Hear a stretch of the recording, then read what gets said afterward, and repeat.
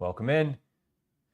Thank you for hanging out here on YouTube. I hope you're having a lovely day. We're making cookies, then we're going to make ice cream sandwiches. We already made the ice cream offline the other day, but we're going to turn the ice cream into cookies today. We're making chocolate chip cookies from this book, 100 Cookies by Sarah Kiefer. We're making the soft chocolate chip variety. They are actually soft chocolate chip cookies. I've made them. They're delicious.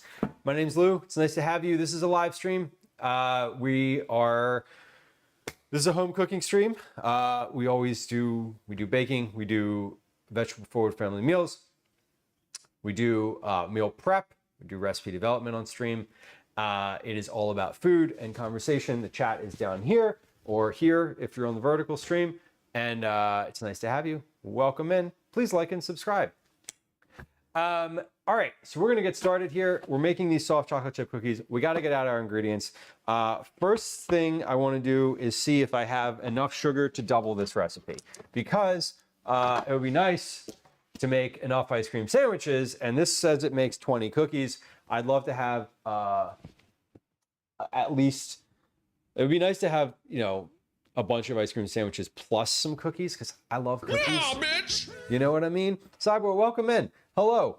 Why is the volume, this is rhetorical, but why is the volume of my computer so absolutely high? Oh, right. It's because I was doing stuff with the volume and I wasn't streaming. I was like, that was a lot. That was a very loud one. Welcome. Okay, so my butter is out. Flour, baking soda, and salt. Let's get the flour, baking soda,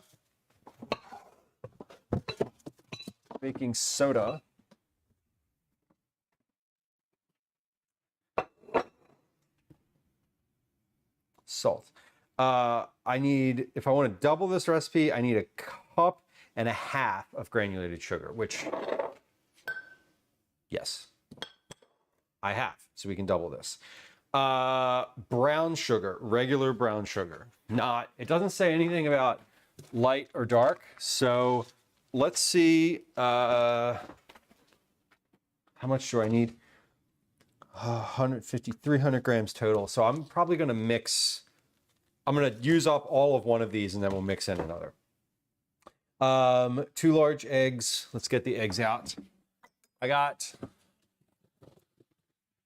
this big container of eggs, but I think there's only 4, there's only 3. Aww. Okay, that's fine. We're gonna use all of those plus, no, we're gonna use 1, 2 of the, so I have different types of eggs. I got 2 good eggs.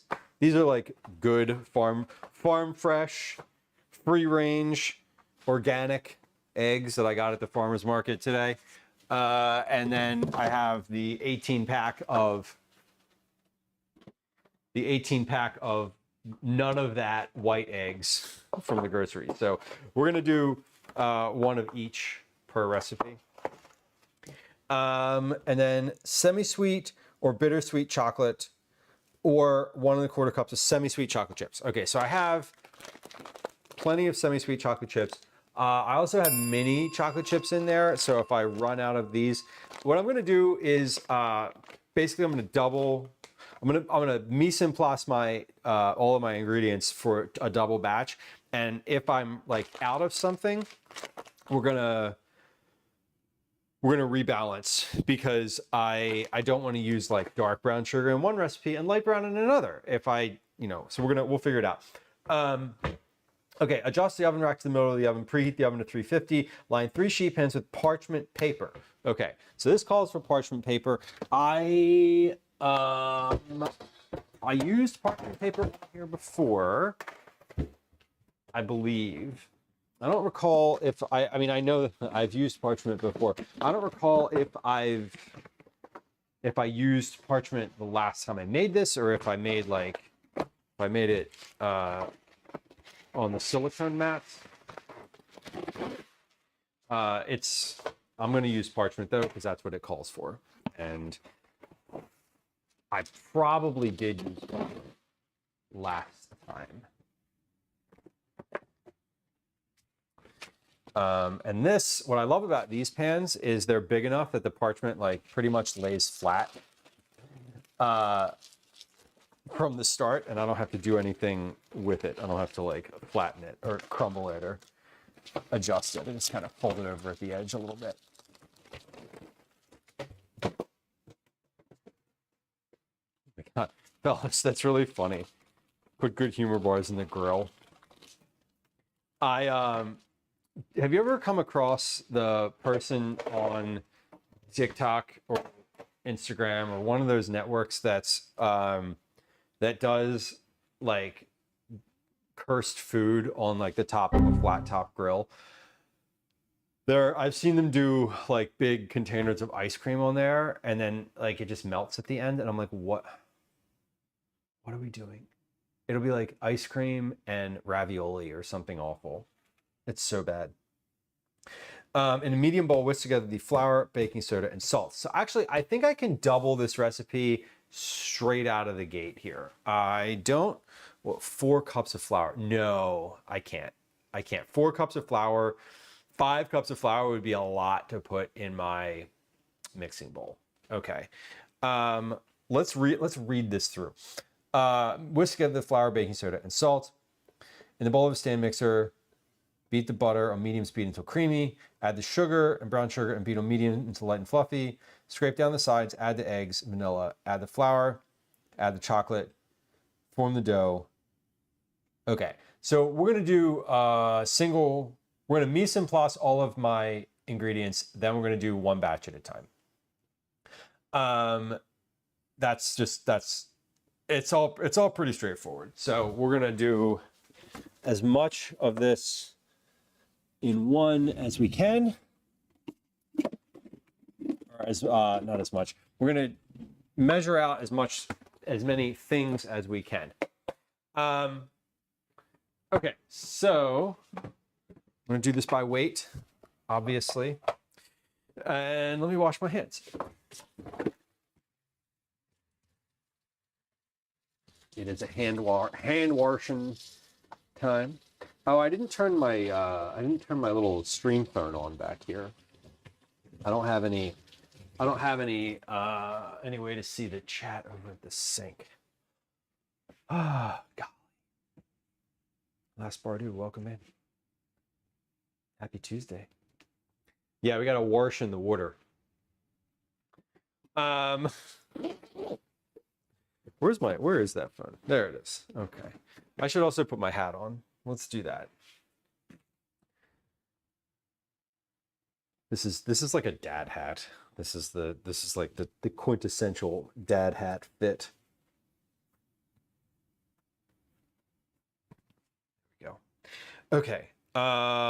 355 grams of flour in each of these containers.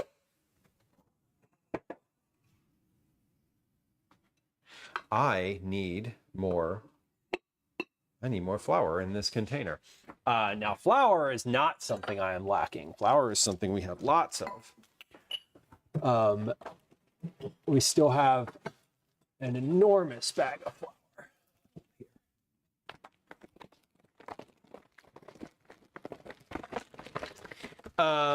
Last Bardu, it is just for home today. We're not doing, this is not cookie club things. We have had Ash on stream already. We will see Ash again. Would you like to see Ash? He's over here. I'll grab him. I'll grab him and show him to you. Cause, he's just hanging out. And, and they're used to being grabbed. I do not see. Oh, I see the other one too. I see there's 2 cats in this room right now. We have Ash, who is happily over at the counter here. Come here, bud. Okay. Here's Ash. Here he is. Here he is again. Ash, you've been busy today. This is a busy Ash day on stream. This is the gray baby. Ash, have you gone cross-eyed? He has. He's a baby. Ash is the babiest of all of the cats. He's the one who has the most uh, baby-like tendencies. Oh, this is a sweet boy. Moonlit, hello.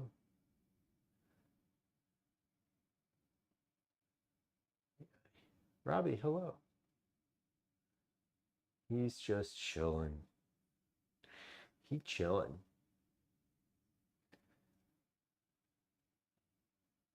Should we get Obi too? Obi's fast asleep on the on the seat, the kitchen at the kitchen table. He is getting Obi would mean waking him up and disturbing his peaceful cat slumber. We should do it. We should get Obi. Hold on. Obi's rare. We don't see Obi on stream as much. He's usually not in the room. So let's see if we can get him. Hey, bud. Oh, big orange boy. Come here. Oh, babe. He was curled up and asleep. He was curled and asleep. I picked him up and he's still curled. He's a sleepy. This is OB.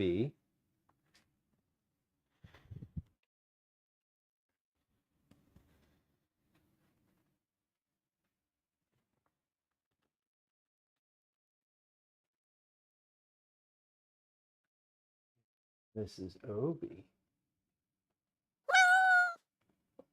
Oh, what was that? Oh, he's so snoozy right now. He's very snoozy. Yeah, Bardu, this is OB, like the letters OB stand for orange boy. That's why he's named OB. All right. Before he wakes up too much, we're going to put him right back down where he was.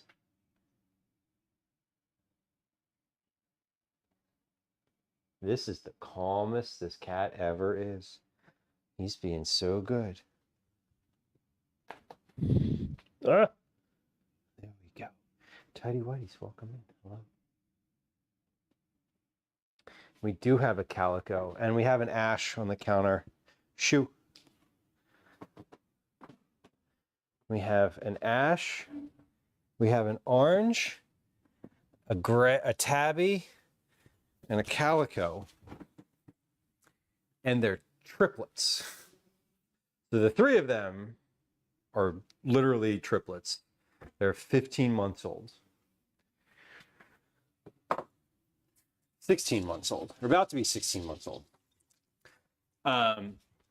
They were bottle-fed kittens. My partner literally bottle-fed them from when they were, I don't know, like 30 hours old. Like 30 hours old. So they have been they're very acclimated to people. They're super friendly. And the other nice thing is because they all grew up together, they don't bite. They're all like, they're not very non-aggressive. Because they play with each other. They like when they wanna get a little aggression out, they like do that with each other and not with people, and that's really nice. Yeah, we should collect them all. I think there's if we ever got a long hair tuxedo cat to foster, I am pretty keenly aware that we would end up keeping it. Because Gwen, for her whole life, for as long as I've known her, well, when she was a kid, she had a tuxedo cat who I met in his old age. And forever, she's been saying, I want a long hair tuxedo cat. So I know that if we ever end up like fostering a specifically a long hair tuxedo, we're going to end up keeping him. We or her, whatever. We're going to end up keeping them.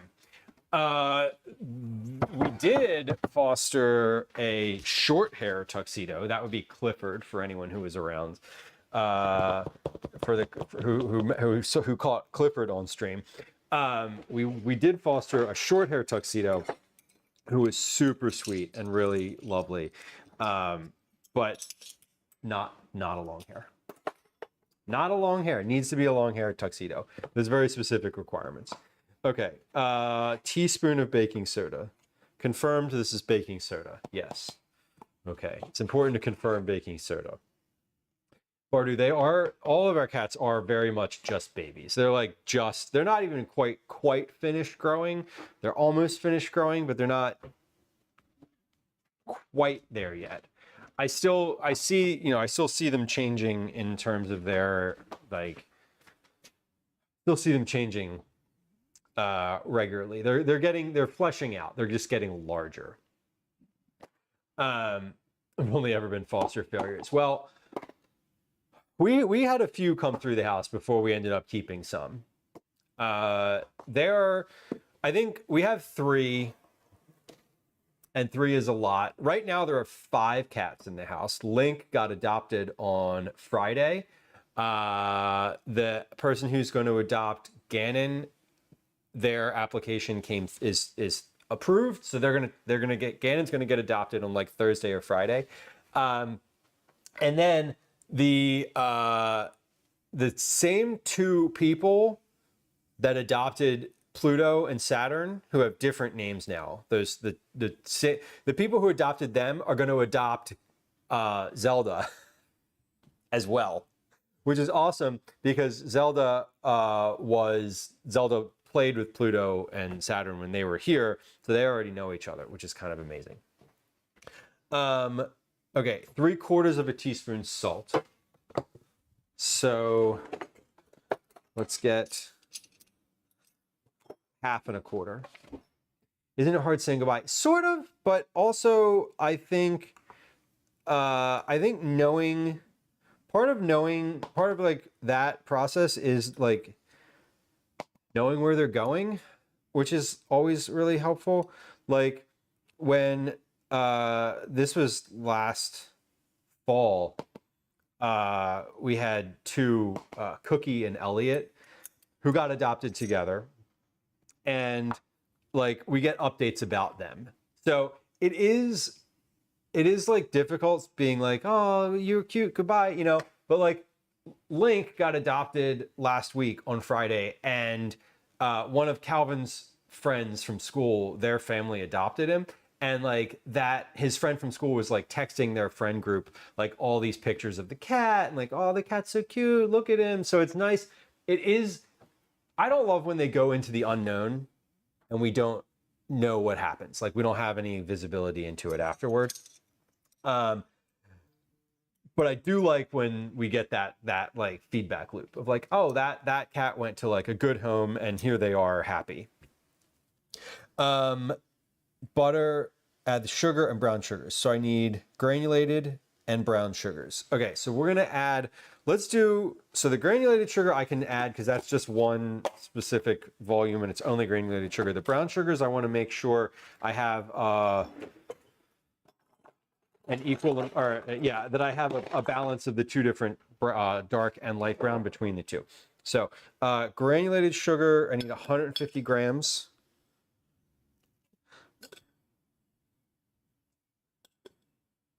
So we're just going to make it with the granulated sugar. So before I bake anything else, I'm going to need to buy more granulated sugar.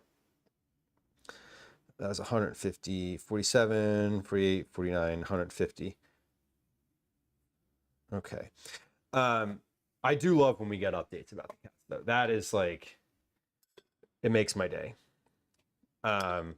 And it is fun too to see the pictures that people will send to Gwen of like these cats. Because when they depart the house, they are kittens, very small, tiny, teeny tiny kittens. Like Gwen gets them as bottle feeders, which is not what you see in the shelter. She gets them when they're like 1, 2, 3 days old. and raises them to the point where they are able to be adopted, like the minimum age of adoption. So when you go to a shelter and you see like kittens in the shelter, they're usually younger or older than the ones that we have. So when I see them, like when they leave this house, they are like teeny tiny still. So it's fun to see when they are like, 3 months old and they're actually big. And you're like, oh, cool. Ava says, I only like kittens after you don't have to rub their butts anymore. I know. It's so gross. It really is. It really is kind of gross. When they're like that young and you have to like help them poop. Now, granted, I don't do a lot of that. I do very little of that. So my role is mostly like being a cheerleader.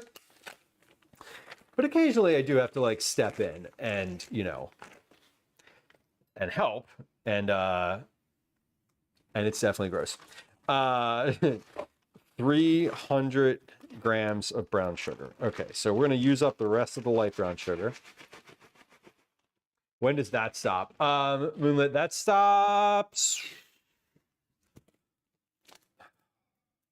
That stops when they're like a month old. They just don't know how. They physically don't know how. You're literally like, you have to like stimulate that part of their body with a paper towel to mirror or to mimic the adult, the mom cat. I was going to say the adult. I'm like, it's always the mom cat doing that. And like, you're basically teaching that muscle how to work on their body. It might be, I don't know exactly the exact timing. It's different. It's like as soon as you put down like a really basic like little litter box in their pen, and they just kind of start using it at some point, and then it's like, and then it's on. Then they're good. Like once they start, they're good. Except in the case of Ash, who took like a year to figure out how to use the litter box and not just poop in the corner. Broccoli, welcome in. Hello. Hello. Yeah, Moonlit, 6 weeks is about right. It's somewhere in there. And it depends. Developmentally, some of them go sooner, some of them go later. Avo, hello. Or Amy, hello. Avo, also, hello. But Amy G, welcome in. Yeah, floor pooper. Ash took a while to figure out a lot of things. He's good now, but for a while we were like, is this gonna be forever? Like, is he going to poop on the floor always? That's gonna be annoying. Gonna be really annoying. Fortunately, he figured it out. Okay, so we have granulated sugar and then brown sugar. I need 150 grams of brown sugar in each of these little containers. So that's about half. Should be exactly half, in fact. So I put 2 different types of brown sugar in here, and I whisked it together so that it's sort of evenly blended, and we're going to measure out the brown sugars now. We're not really measuring, we're just putting the brown sugar. I'm hoping that it's measured well and doesn't need to be 150. 150 in each. Beautiful. Okay, we already have our butter over here. Butter is like softening. Eggs are here. Those just get cracked in separately. I'm going to crack the eggs into containers too, because that way I don't need to worry about shells into the mixture. We'll do those in glass. And then we'll put the eggs and vanilla. Add the eggs and vanilla. Okay, so we'll put the eggs in here and then the vanilla in here, and then we'll be able to get started with the mixing. I think. Should be. And in the litter box does not mean the rest of her's in there, Avo. Oh my God. That's funny. They love it is interesting because with the way that the litter training happens, it's just like a little bit of litter in like a flat pan, and if you're not careful, they will associate like cool flat surface with litter box, which is I think what happened with Ash. And then he just decided that any cool flat surface, meaning the floor, was the right place to go to the bathroom. So figuring that out afterward, like fixing that, took a little while. We also have those litter robots, the big like round litter robot, because when you have more than 5 cats, you need something that's automatic. The litter robot also he was like very uncertain about. So we need 1.5 teaspoons of vanilla extract per batch. One, and then we're just going to measure with my heart here. Okay, perfect. He started peeing out of his litter because he learned it from dealing with an unfixed female who harassed him. Harassment, cats harassing each other during like their young, very young stages, like those interactions, all of it is, it can, I mean, it can compile. It definitely can compile, Moonlit. There's probably most certainly an element of that. You know, if you have one cat that's more antagonistic to the others, you know, and they're antagonistic and like, hey, every time they come near the litter box, they get like scratched at, then they won't use the litter box. Like, they're not dumb. They do learn. They're very, they do learn for better or for worse. Okay, I also am going to add, eventually I want to roll the edges of these chocolate chip cookies in chocolate chips, like the ones that you get at the from the ice cream truck. So, oh, what the heck just fell off the counter? Something just fell off the counter. Oh, Ash's prescription. Cool. Great. So we should be good here. I got everything in. Oh, the chocolate. I need to, let's measure out the chocolate. And I think, I'm just doing this by weight. It gives weights for this. 226 grams of semi-sweet chocolate chips. So I am not going to have enough in this. I'm not going to have enough in here. So what I'm going to do is this. We're going to do big and small. So there's the bigs. 226 times 2, 200, 400, 40, 52. 452.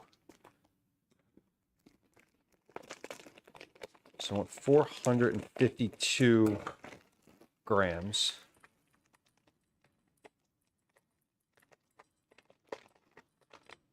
And then we'll use the rest of these to roll on the outside. Okay, perfect.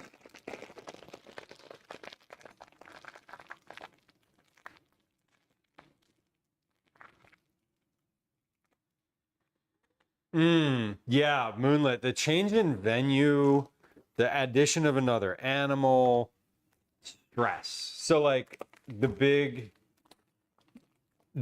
overarching reasoning there is just stress.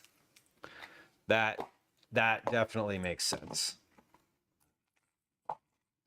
And then like, yeah, once they learn the behavior, it is hard to correct it. All right, chocolate chips, 226. Cats are very affected by stress in that exact way, like what you're describing, like change of atmosphere plus the addition of another animal. I know, and it's hard. It's hard to like get them out of it too. Okay, chocolate's done. Chocolate. So We've adjusted the oven rack. We've preheated the oven. Whisk together the flour, baking soda, and salt. I didn't whisk them together, but like, we'll just do that in here. That's totally fine. It's hard to tell how they'll react to. And it sounds like maybe, if I'm interpreting maybe a little bit, and maybe forgive me if I'm inaccurate here, but it seemed like perhaps this was a one-sided concern. That there was one person concerned about that happening, and the care and tending of that specific animal, which is also very hard. I feel like with like for the way that we do the cat things around here, like Gwen is the lead. Gwen is the one who's like, this is what we're doing, this is what needs to happen, here's how, blah blah blah. And I'm like, okay, what do you need from me? How do you need me to support all of this? Like, whether or not I have an opinion is not relevant to what we do. Hold on, sort of see by myself in my state with my cat. Well, you still have the cat, and I'm imagining that the cat is still a companion animal, even with the random urination on the floor. It was a whole mess. I'm sorry to hear that. Artist, welcome in. Hello. Happy Tuesday. I got a text message I need to respond to. We have, speaking of cats, we have a thing happening this evening. It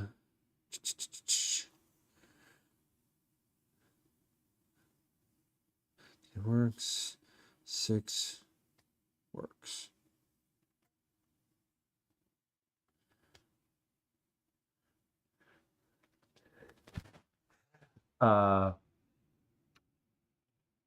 Okay.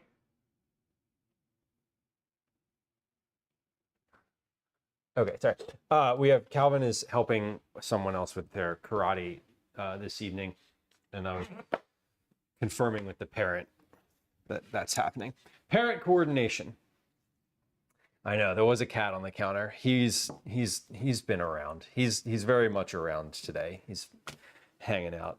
I need 1.5 sticks of unsalted butter at room temperature. So 1.5. Got it. And I just promised them that I'd have ice cream sandwiches when they got here at 6 p.m. So we're now like, we need to do this. You're not supposed to do litter while pregnant. I know. Oh, yeah, Moonlit, that's frustrating. That's insane. I emptied the litter box 17,000 times this weekend. Yeah, that I remember that when Gwen was pregnant, when I was like, oh, I'm on litter duty for the next months. Cyber says, watching the stream actually makes me feel better at the amount of cats I regularly have on my counter. See, this is what happens. One, this is why when we do Cookie Club, I put the cats in the basement and close the door. Because otherwise, they will be around. Ash is particularly around today. I don't know what's gotten into him today. Maybe he's just very needy. But he is particularly close and he's quite invested in chewing a variety of different things today. And it is what it is.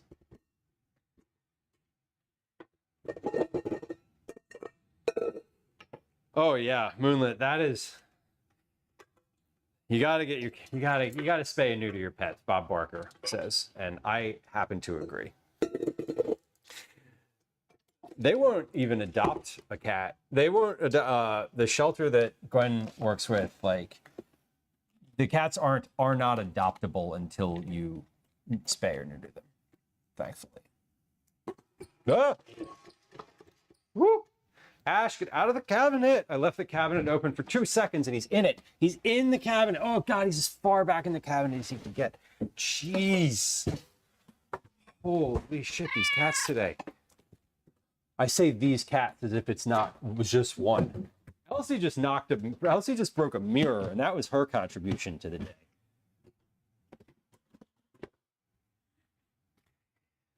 Okay, hold on. I'm gonna...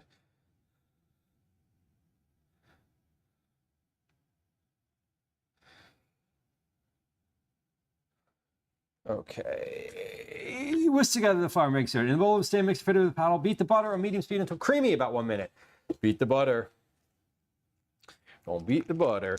I forget whether or not this was I forget if I measured these out or just did them by hand. I forget if they were scooped or weighed. But we'll figure it out in just a minute here, because we're going to have cookies to make in a moment.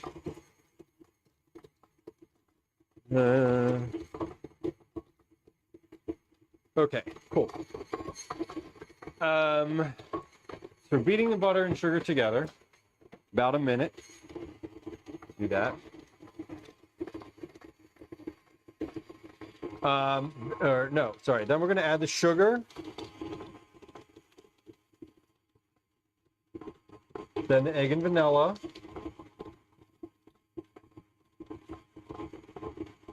Then the flour. Then the chocolates. Oh, this says form the dough into 45-gram balls. Beautiful. Perfect. Question answered. Question answered. All right. This looks to be creamy, maybe, roughly.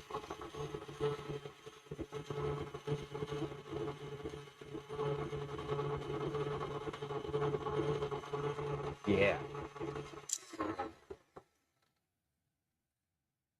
Yeah. Moonlit, that sounds super stressful. I'm glad you are out of a stressful situation. I'm glad I'm glad the family is out of what sounds like it was a very stressful situation.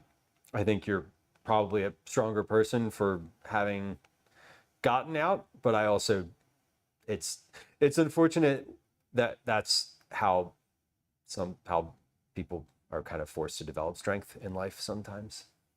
I am positive that removing yourself from a situation like that makes, it's never like difficult to do, or it's never hard to do.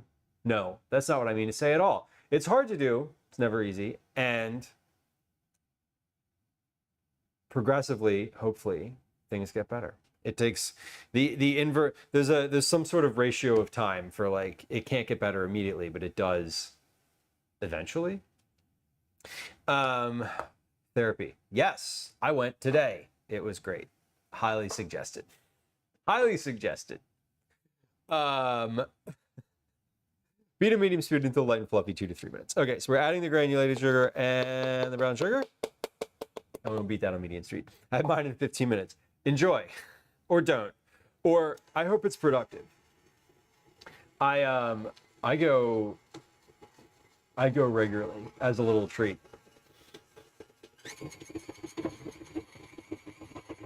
I don't want to say that it's the highlight of the week, but it's an important part of it for me. I would suggest it for anyone living in this world, if you can, and if it's within your means. If you have insurance that covers it, or if you can get an affordable therapist, worth doing. Very worth doing. We are, this is batch number 1. We're gonna do 2 batches. I think what I'm gonna do is measure out batch number 1. We're gonna get this into the oven as quickly as possible. So before I make batch number 2, we're gonna make the cookie balls and start baking them, because I need them to cool down a little bit, a lot of it, before they are ready to make into ice cream sandwiches. That said, I'm also going to make some space in my refrigerator to put a cooling rack so that I can just put the cookies out of the oven and get them a little bit like, out of the oven and ready to and cool for a few minutes, and then I'll put them directly into the refrigerator on the cooling rack so that they're like coming down a lot quicker. All right, we're gonna pause this timer and scrape my bowl down. Scraping my bowl. The sugar's about halfway there, but I'm getting some stuff coming up on the sides, so we gotta recalibrate. All right, locked and going. So I'm about a minute and a half in on this mix. It says 2 to 3 minutes, so we're gonna get a few more spins in here. I'm gonna move. I feel like I'm gonna knock this stuff off the counter. So we're gonna move this over to the side here. I feel like I'm very close to just elbowing this whole thing of flour off the edge of the counter, and I really don't want to do that. I already cleaned up broken glass today. We don't need to clean up flour from everywhere. I actually mopped the floor here. I was mopping the hallway floor, and I was like, why waste a good mop bucket full of hot water? So we did. I did. It was fun. You got one of those mop buckets that you step on it and it spins the thing. Those are so great. Ash, get down. All right, we're about 2.5 minutes in. Things are looking pretty light and fluffy, I would say.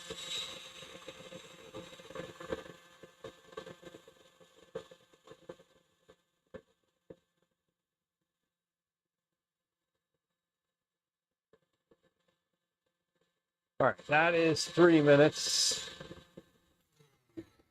Beautiful. Yes, definitely light. You know what? I'm going to give this another 30 seconds because I got a bit of sugar that was still kind of hanging out at the top. And the next one I'm going to beat a little bit faster. So let's give this another like 30 seconds here or so, just to incorporate the stuff that had come up on the side of the bowl.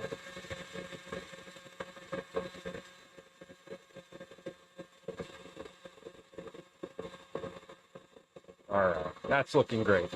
Light, fluffy, creamed together butter and sugar.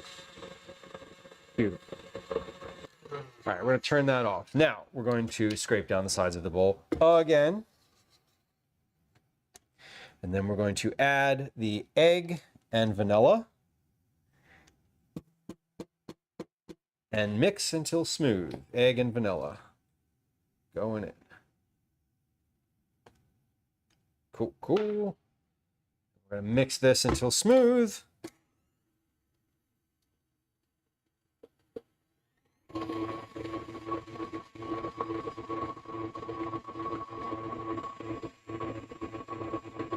All right, that looks pretty good.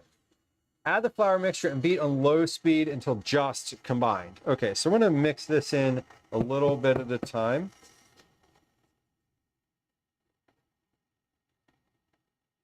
Just like little bits while the mixer is on low.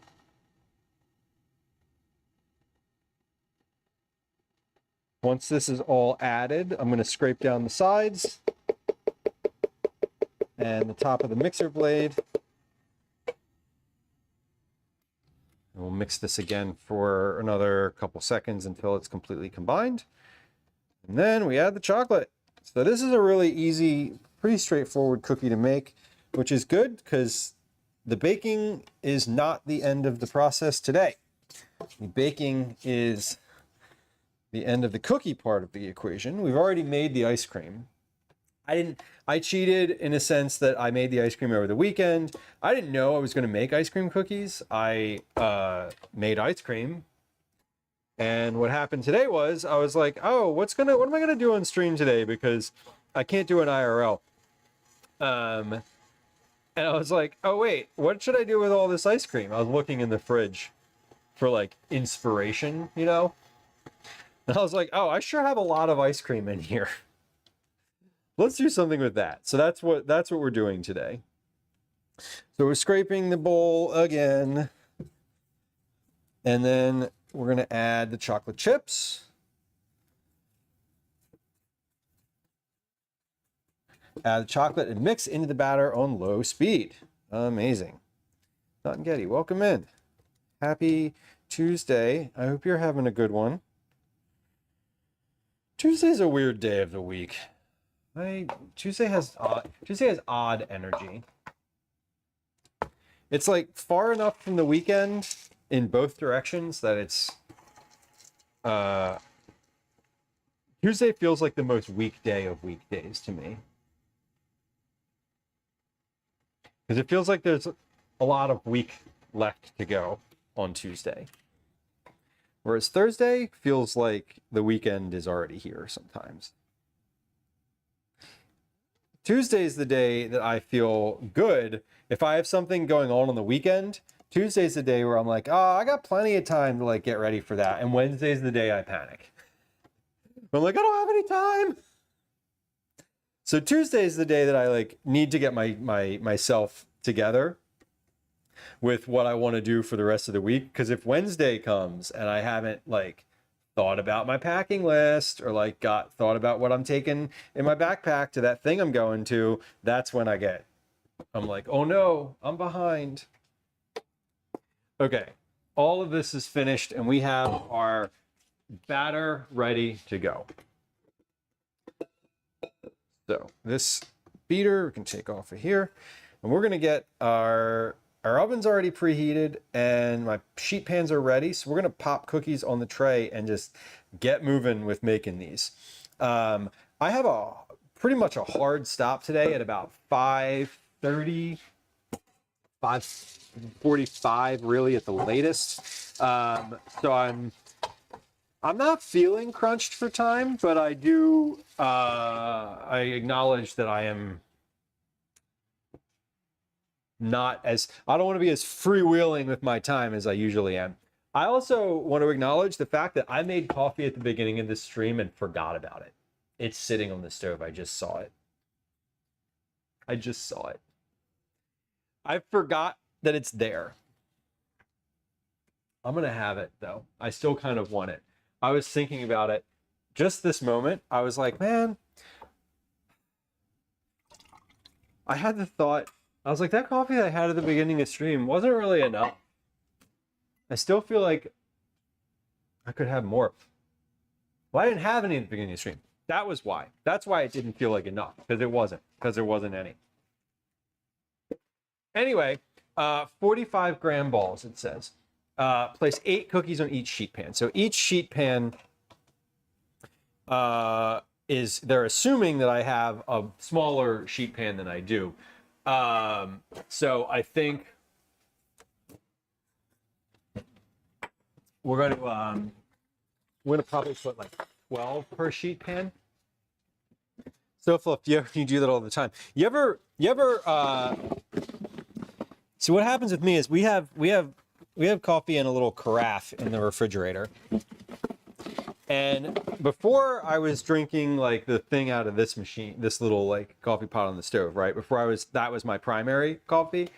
Gwen and I were both drinking the same sort of thing out of the bottle. I would very frequently be like, oh, like I didn't finish my coffee this morning, and I would open the microwave to like put some more in, and there would be my glass. It would like my mug would just be in there. Because you heat it up. You don't forget about it necessarily, but like other stuff comes up, you know. Cut to 4 hours later, and you're like, I could go for a coffee right now. All right, 45 gram balls. Perfect. So we're scraping, as opposed to doing the scoop, like the big cookie scoop, I'm using a spoon and just scraping the dough out that way because it's a little, what I get, I notice that with the scoop, I'm uncertain whether or not I am getting all the dough out of the thing. I'm like, you know, if I pull 45 grams of dough out, like there's always stuff stuck in the scoop. Whereas with this, I can get like a clean spoon, right? Like the spoon is clean, and that's 45 grams. Get busy and forget. Totally. Yeah, it's very frequent that I will leave my mug on the counter or somewhere in the house. It's funny because Gwen does that too. I mean, I'll go downstairs, and whenever I go down to the basement, I go and collect all the stuff that's down there. There's like cups and bowls and plates and like glasses. Like it's definitely like, you know, I'm like, hey, I'm gonna run the dishwasher, so I go down to the basement and like make sure I have all of the dirty stuff, you know. But often when I go and grab all of those mugs from downstairs, it's like all of them have coffee in the bottom of them, like all of them, like sometimes an inch, sometimes like, you know, just a centimeter or two, but all of them have like a little bit in them. It's very rare for a coffee mug to go start to finish. The only one that I finish like guaranteed is the first one of the day, because that happens in the morning. And more recently, I've been taking that, I'll make it as I'm getting ready to go to the gym, and then I will like take the mug with me on my walk to the gym, and I will finish it like as I'm walking in. That first one of the day is usually successful. Anything else after that depends. Really depends. I'm looking forward to the school year starting again in ways that are like, I'm looking forward to the routine again. The ability to like have the same schedule for 2 weeks in a row. Lovely. I don't mean like the exact same schedule, because obviously the school year is varied in its own ways, but like just knowing that Calvin is going to be out of the house and heading to school 5 days of the week, most weeks at the same time, amazing. Just honestly, like amazing. It's very dysregulating to have a different schedule every single week. And then some weeks is like much easier because camp starts early. This week is easy because he's able to walk to his camp. I don't have to get in a car to take him. But earlier in the summer, you know, this week he's leaving the house on foot at 8:15. One of the weeks earlier in the summer, he and I were leaving in a car at 8 a.m. and I wouldn't get back home until 10 a.m. Like, how do you deal with that? Those changes. It's difficult. It's difficult. Anyone who ever has like an opinion about like stay-at-home parents not managing things well, or like, what do you mean you don't have enough time? You're a stay-at-home parent. Shut up. Like, okay. Let's think about that for just a second. All right. First tray of cookies is in the oven. These go in for bake the cookies 10 to 11 minutes. Bake for 8 minutes. Give the pan a tap. 2 to 3 minutes more. So 8 minutes, 8, 0, 0, and then 3 minutes more. So we're going to do 12 total and 8 total. Okay, cool. All right, so we're moving on to tray number 2. Yeah, so folks, I think that there's this conception of like, you know, especially if you have school age kids, right? And there's a little truth to this, right? If you have young children who are at home, like preschool age, you know, maybe you're not in daycare, maybe you're just taking care of the kids at home. That is very different. Having the kids in the house all day, but even kids that are in school regularly, like there's still quite a bit of schedule nuance that has to happen for those kids. You're not figuring out what their entertainment is all day anymore, but you are still managing a household and the schedule of that household.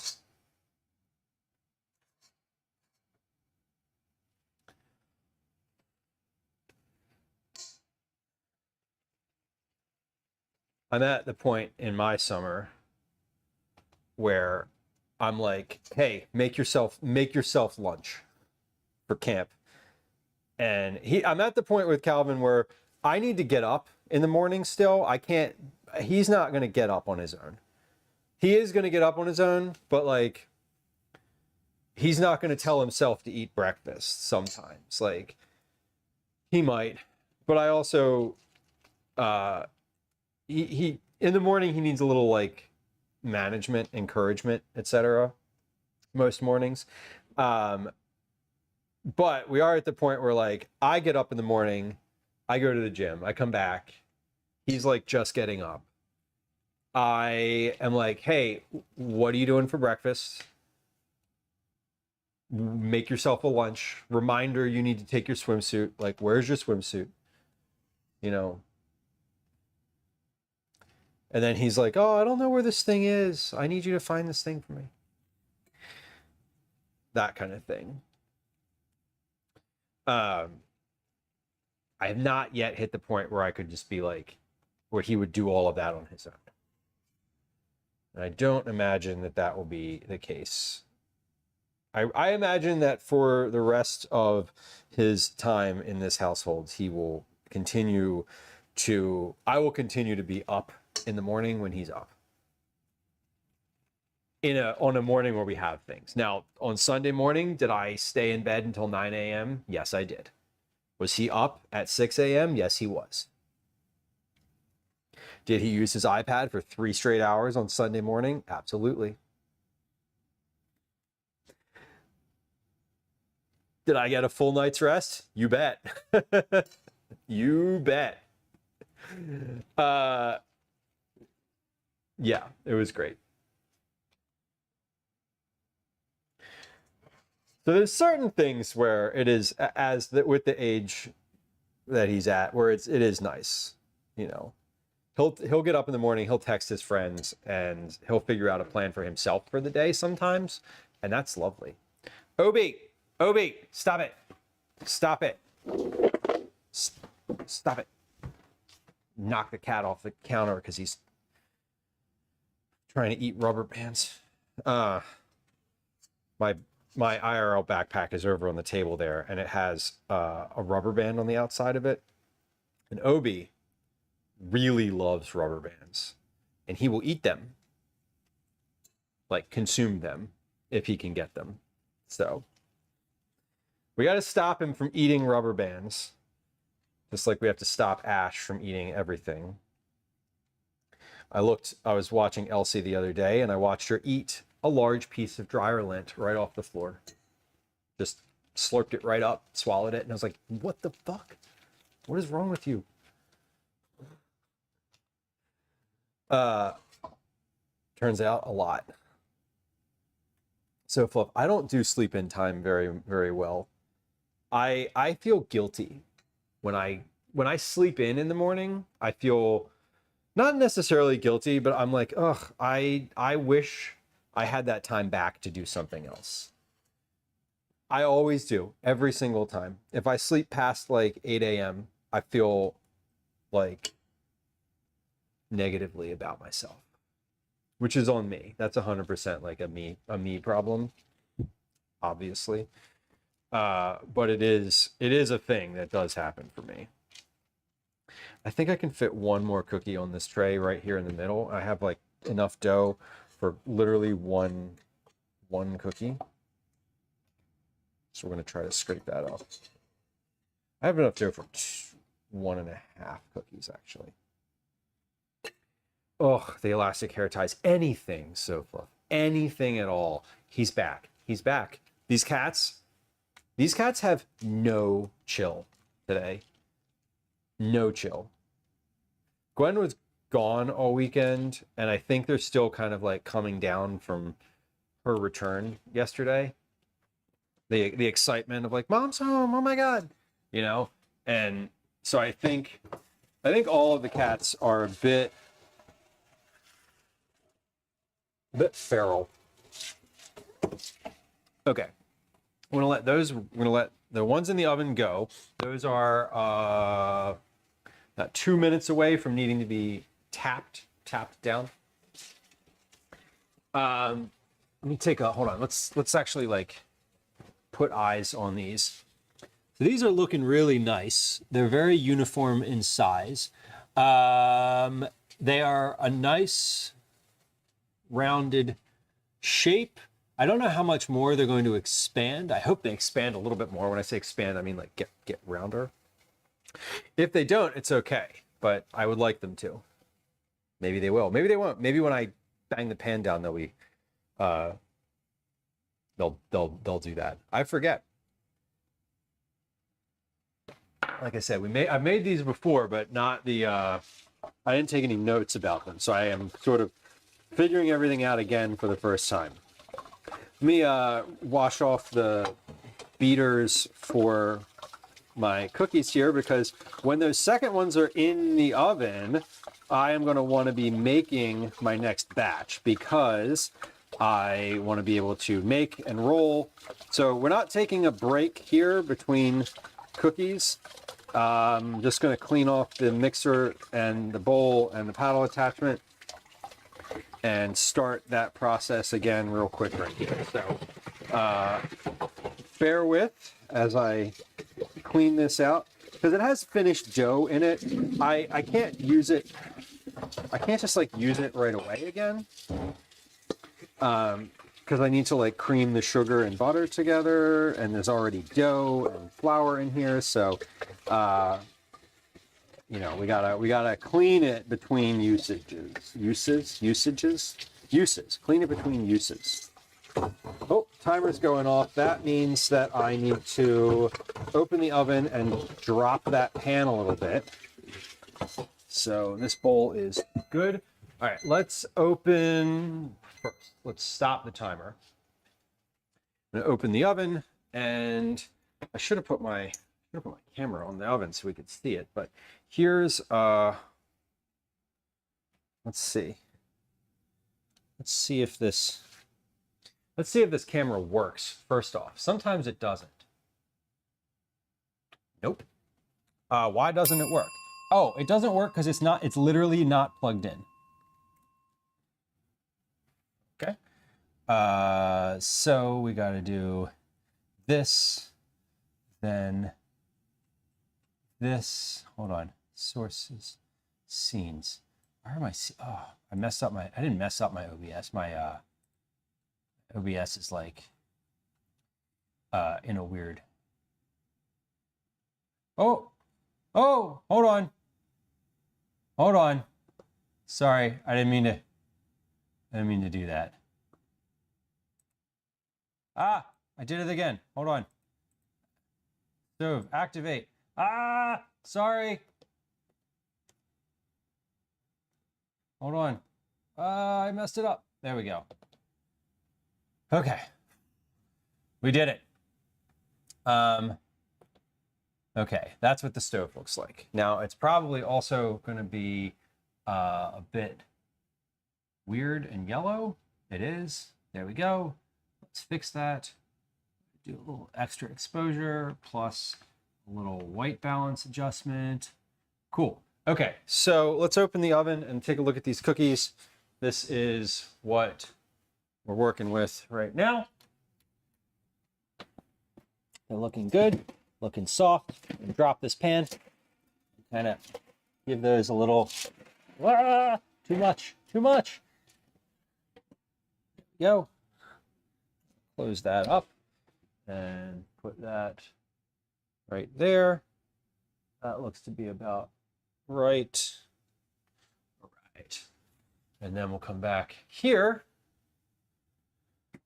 And we got a few more. Let's see. What are we looking for? Edges are just turning golden brown. The center is still soft. 2 to 3 minutes more. Okay. 10 to 11 minutes total. Perfect. Okay, so that's fine. We're ready to go with this. Let me get my cooling rack out for the pan. When those come out. And then we're ready to go. When we are finished with the cookies in the oven, I'm going to put a quiche in the oven because that's what we're going to have for dinner tonight. Because I just decided if the oven's on, then we're gonna leave it on and we're gonna use it. So put the quiche in there afterward. Okay, so we're gonna cream together our butter, or cream our butter in here first, then sugars, then the egg, then everything else. Lychee Buns, welcome in. Happy Tuesday, y'all. Thank you for the raid. Thanks for bringing friends. Nice to see you. For folks who just joined us, follows are silent. There's no alerts, there's no sounds, there's no, I won't say hi to you if you hit the follow button. Just FYI. It's Shart. Oh, hello. I like your new name. Is this a new name? Is this are we trying it out? How do we feel? Do we like it? I love lychee buns sound great, honestly. Oh, my Twitch made her do it. Oh no. Oh. That sucks. I'm sorry. That's frustrating.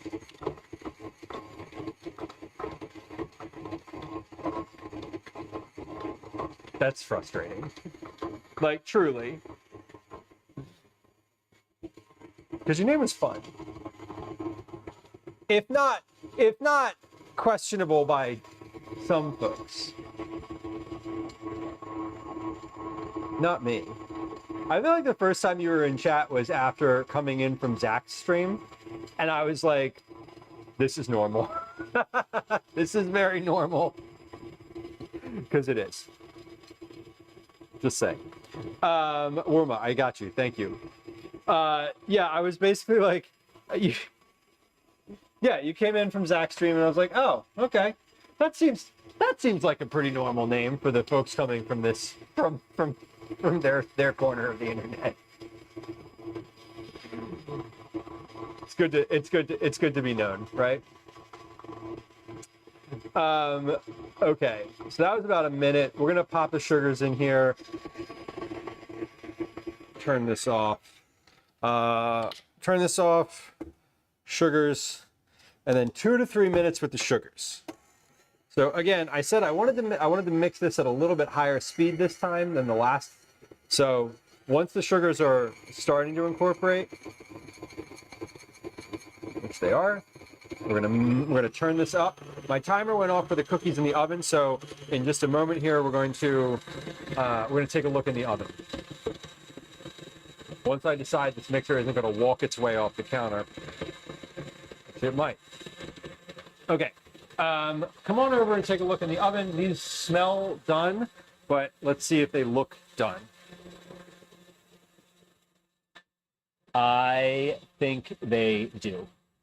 They're a little brown around the outside. They're still soft in the center. So that is what we were told to expect. We're going to pop this next tray in. I'm going to close up the oven. I'm going to put these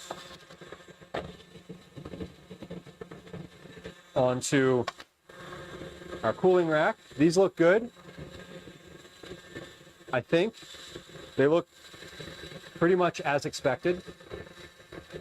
So we're going to let these cool on the tray here for a little bit. Not too long, because once we get the cookie dough done, we'll need to, we're going to recalibrate.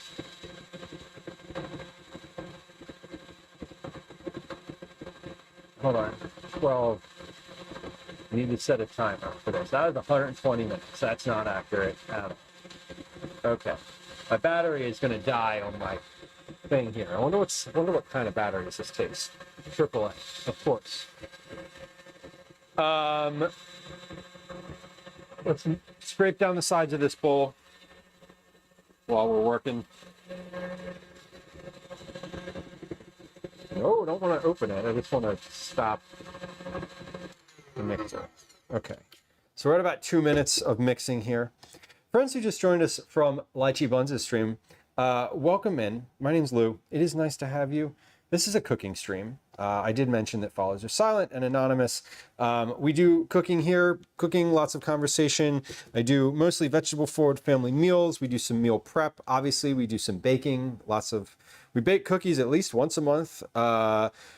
We also get out in the world for IRL streams occasionally, not today. Planned to today. We didn't today, but it's nice to have y'all. Welcome. Thank you for hanging out. We are not, Sophia, thank you for the link to the cookie club. I should note that we are not doing a cookie club this month. So I'll say more about that in just a moment, in about a minute here, once this mixer is not creating a lot of background noise. Let's prepare to get these cookies off that tray.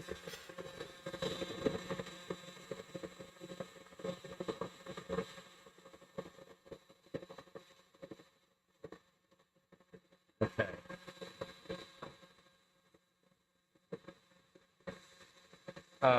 It doesn't say anything about cooling. It does. It says they'll deflate as they cool on the tray. So we're going to let these cool for a few minutes longer. I'm going to get another sheet pan out so I can just roll cookies onto that as opposed to waiting for that tray.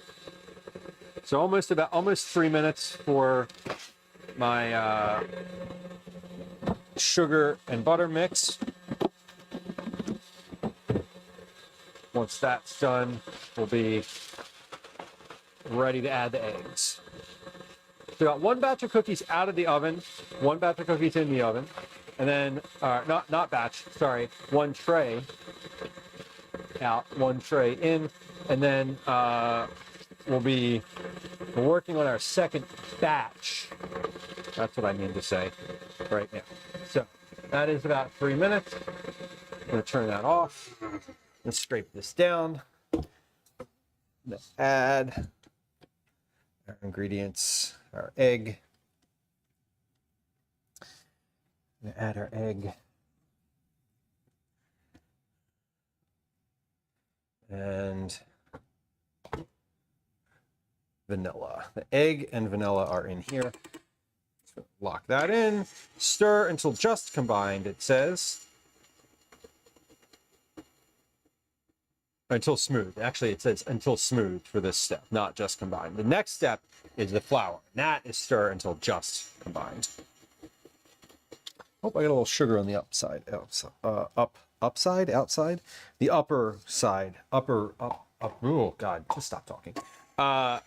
Okay, just combined is what we're looking for with this flour. This looks pretty smooth, so we're going to put this on low and slowly mix in my flour here.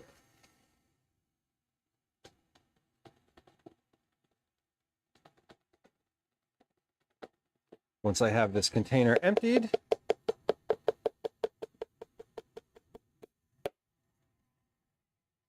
We will pause and scrape. Pause and scrape. I think Calvin is home. I hear him. I heard the door open. Okay. He's home pretty early. Usually takes him more time to get home.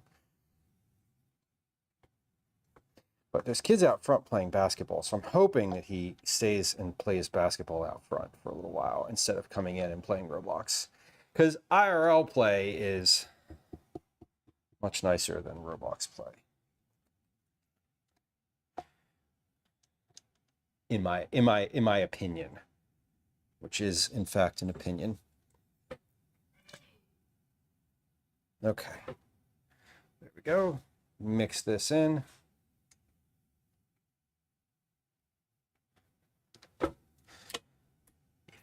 If not Roblox, we're gonna do some chores. If not basketball. All right, this is mixed in, and now we mix the chocolate in. Mix into the batter on low speed. It took 25 minutes to walk home. Let's see, I just said usually you're home later than this. Like usually you don't walk in the door for another 10, 15 minutes. But yeah, I feel like maybe you stay there longer some days. Today I literally left it. Okay. Okay. Sounds reasonable. Who's out front?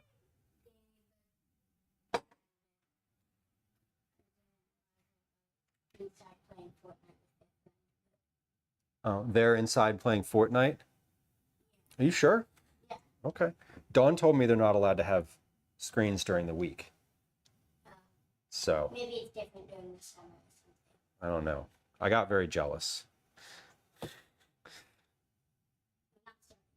We're not starting that? Okay. Are you going out front for a little bit? Or are you, you're not going to go play outside?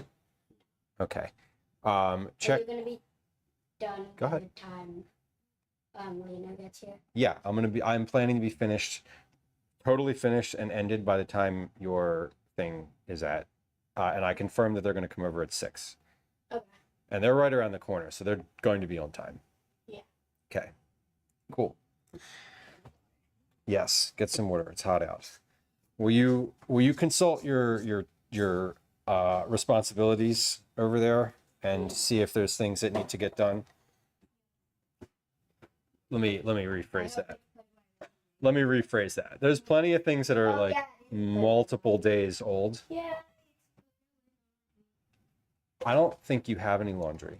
I do. Okay. Well, do like see how many of those things you can clear here, because you're behind on a few of them. You're sweaty, my guy. Mhm.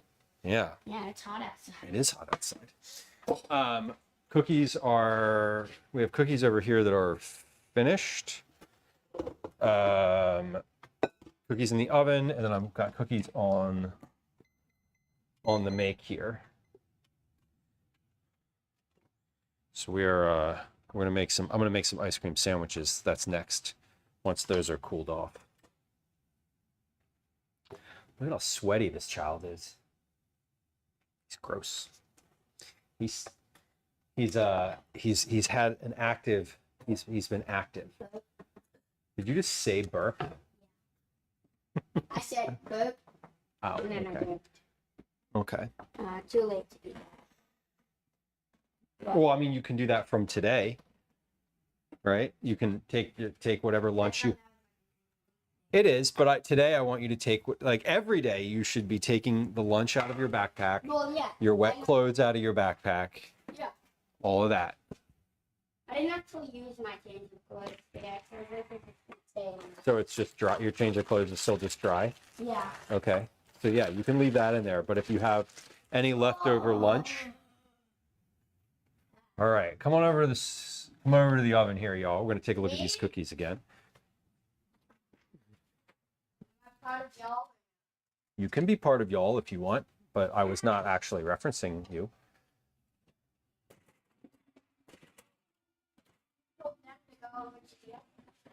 There we go.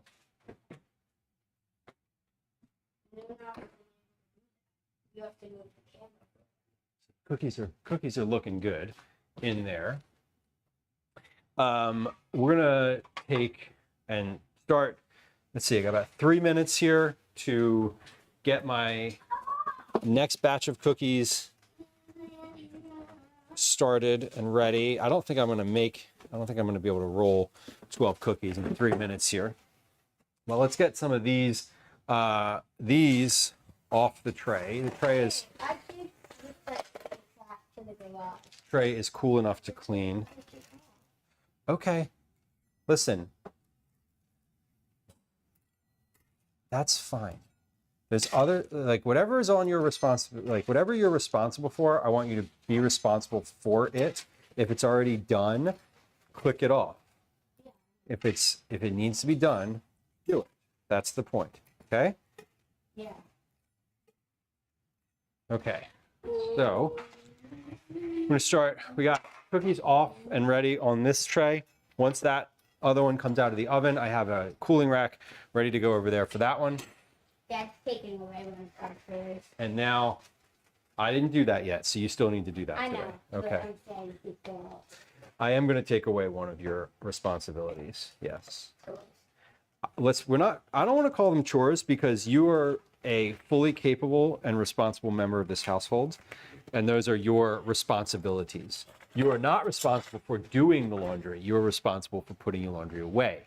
It's not a responsibility for me and a chore for you. And don't say it's a responsibility for mom. We share that.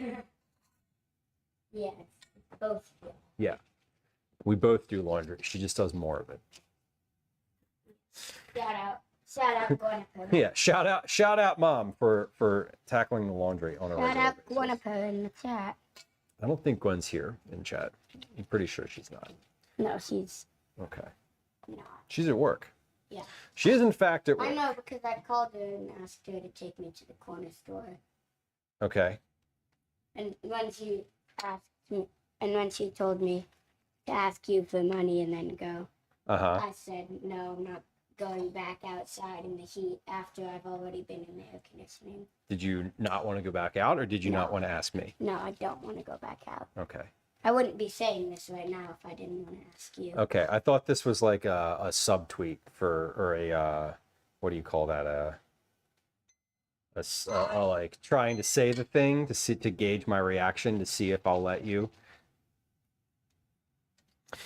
You feel comfortable taking cookies out of the oven? Me? Yeah. Oh, I thought you were talking to Sash. No. Do you feel comfortable Yes. taking those out of the oven? Yeah. Okay. Slide that camera to the side, get the gloves, and pull that tray out of the oven.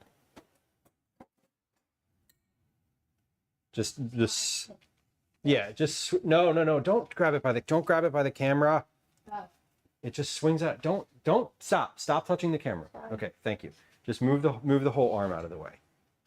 Is I- that like recording? It's not recording, but I just replaced the thing that the camera's sitting on because too much grabbing of the actual camera made it like messed it up. So now I'm like sensitive about that because yeah, those are good. Those can come out because I know what messed it up before. I just Hop behind. got it. Okay, and then put it on that cooling rack on the counter over there. Go. There you go. Oven's close. So do I pick off Nope. cookies? Nope. You just leave it right there on the cooling rack. Thank you. Because I could do that too with this one. No, they're supposed to sit on the tray and cool for a little bit Can I eat a cookie? before you take them off. So we need to leave them on the tray. Can you eat a cookie? Yes. And did you eat your No. your apple at lunch today? No. Okay. Well, you can have that first and then have a cookie. That apple is rotten already. That apple is not rotten. It spent 6 hours in your backpack. That apple is fine. If you'd have eaten it at lunch, then it wouldn't be an issue. No, you need to have a piece of fruit today before you eat cookies. Like literally one piece of fruit. No, no, apple, something like that. Please eat. I don't care if they don't, it's not, you.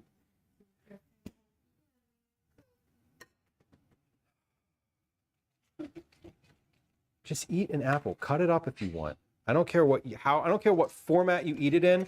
I would like you to eat an apple, a literal apple. I'm not arguing over this.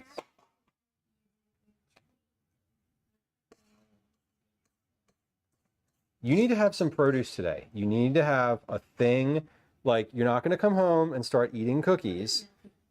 No, watermelon, as discussed, is delicious and has basically zero nutritional value, nutritional density. Hey, Google. No, Cal, don't do that, please. We're not going to ask Google about nutritional density of watermelon. This is not a thing that we look up verbally, okay? Have a piece of fruit. If at any point this evening you want to have something with sugar in it, you're going to have it through having a piece of fruit. Apples have natural sugar in them, and we've had this discussion before. I'm not entertaining it again. All fruit has naturally occurring sugar. It's added. There's a difference between apples and cookies.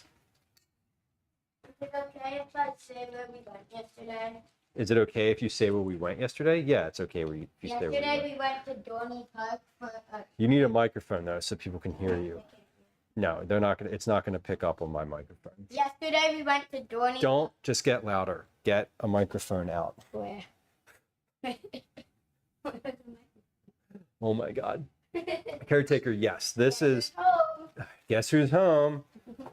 This is the outer portion of the ice cream sandwiches. Yeah, these are the. Shit, I didn't set a timer, but putting this in the oven. Don't even with me. Pretend like you've never heard me say the word shit before. Okay. Okay. I don't know how long these have been in the oven, but did I even put them in the oven? They're not even in the oven. Okay. Listen to him laugh. Listen to him. This is what happens. He's like, ha ha ha, my presence is making you insane. Yup. Facts.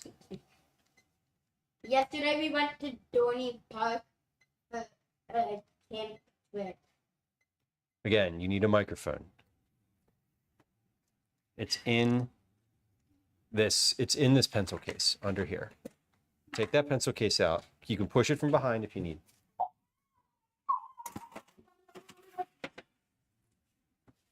Okay. Why are the microphones in pencil? Why are there microphones in a pencil case? So that the cats don't get them. Now hold the button until the light turns on. Sleeping on? No, hold the button until the light turns on.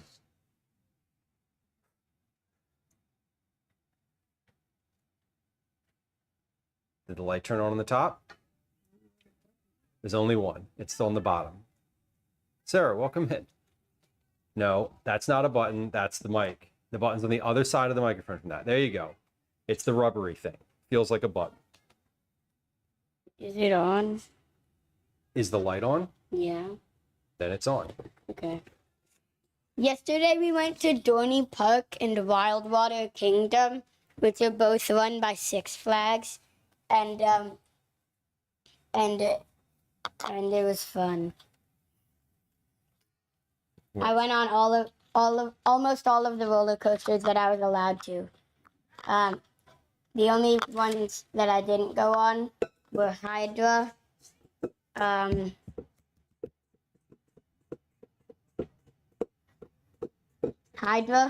Talon, and Possessed. Possessed I was allowed to go on, but it seemed terrifying. It was terrible. But I did go on Iron Menace, Steel Force. That was what the other one was called. Mm-hmm. Thunderhawk. I liked Iron Menace. That was my favorite. Iron Menace. Yeah. That one was fun. I never, even though it went upside down, like 5 times. I never felt like I was upside down because all I felt like was pressed to the back of my seat the whole time. I was just like,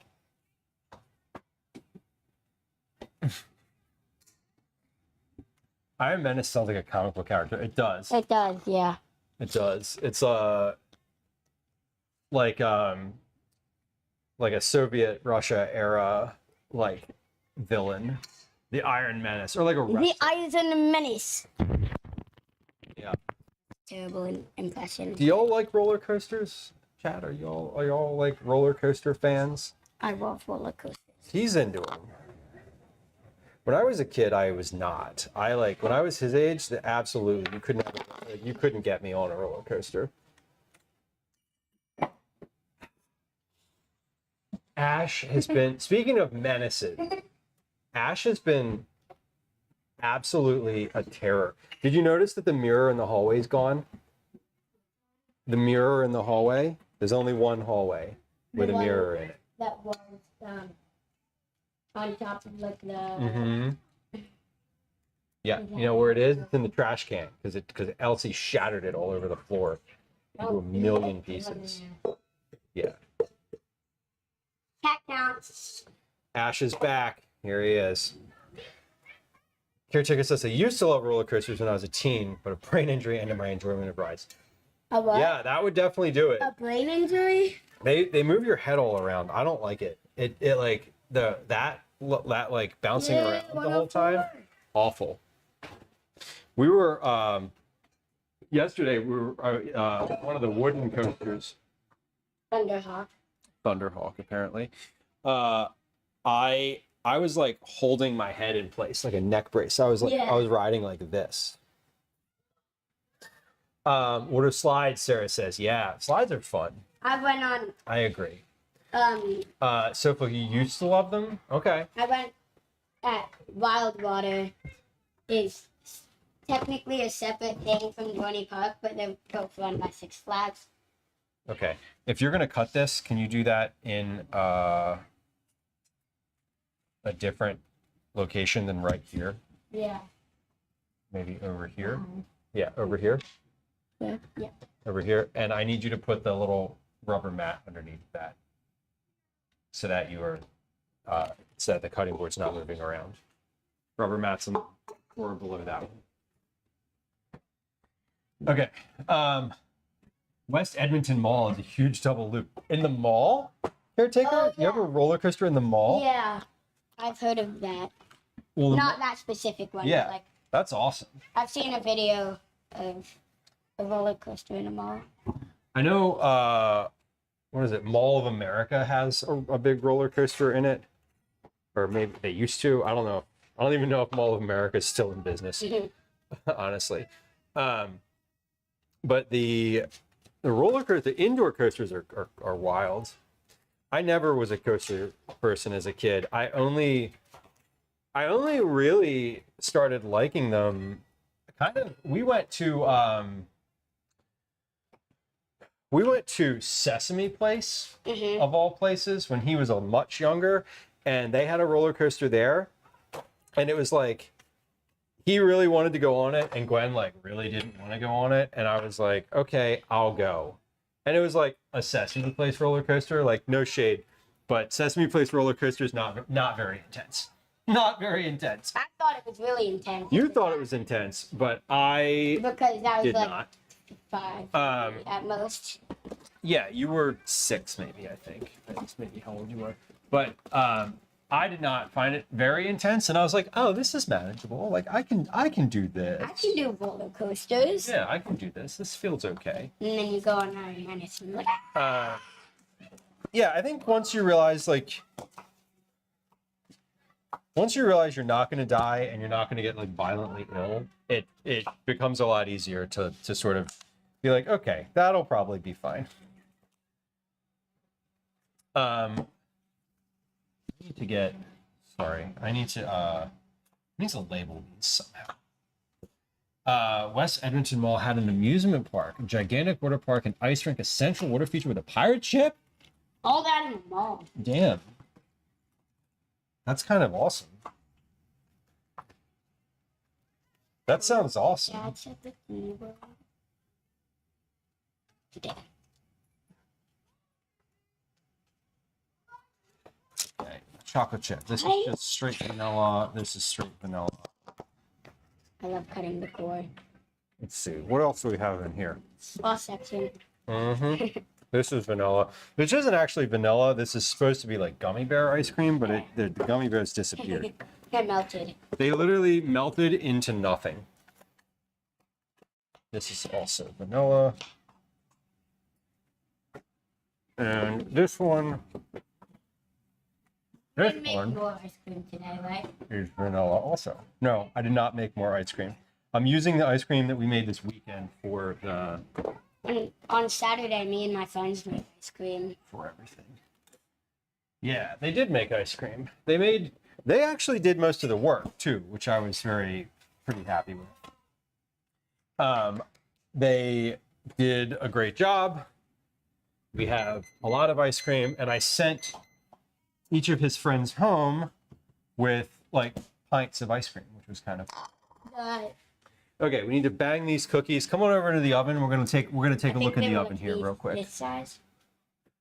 This is what the cookies look like when they are about 8 minutes in. So we're gonna pick this tray up and bang it down so that they flatten a little bit. And put those back in. Back in, they're still in. Leave those in the oven like that. Punky Pink Cow says nothing like getting out of a wave pool and walking into a hot topic. Oh my god, right? Nothing like. Oh, I love wave pools. I love Hot Topic. He is pretty good with the knife. Calvin went to a cooking camp this summer and last summer, in fact. So he's had some decent experience with the knife and like the oven and so I don't have any hesitation. Like a few minutes ago when I was like, hey, can you get these cookies out of the oven? Like I didn't feel like I needed to instruct him on how to do that. What did I ask you? I think I asked you if you felt comfortable doing that, which is really what I want to know. Like, do you think you can do it?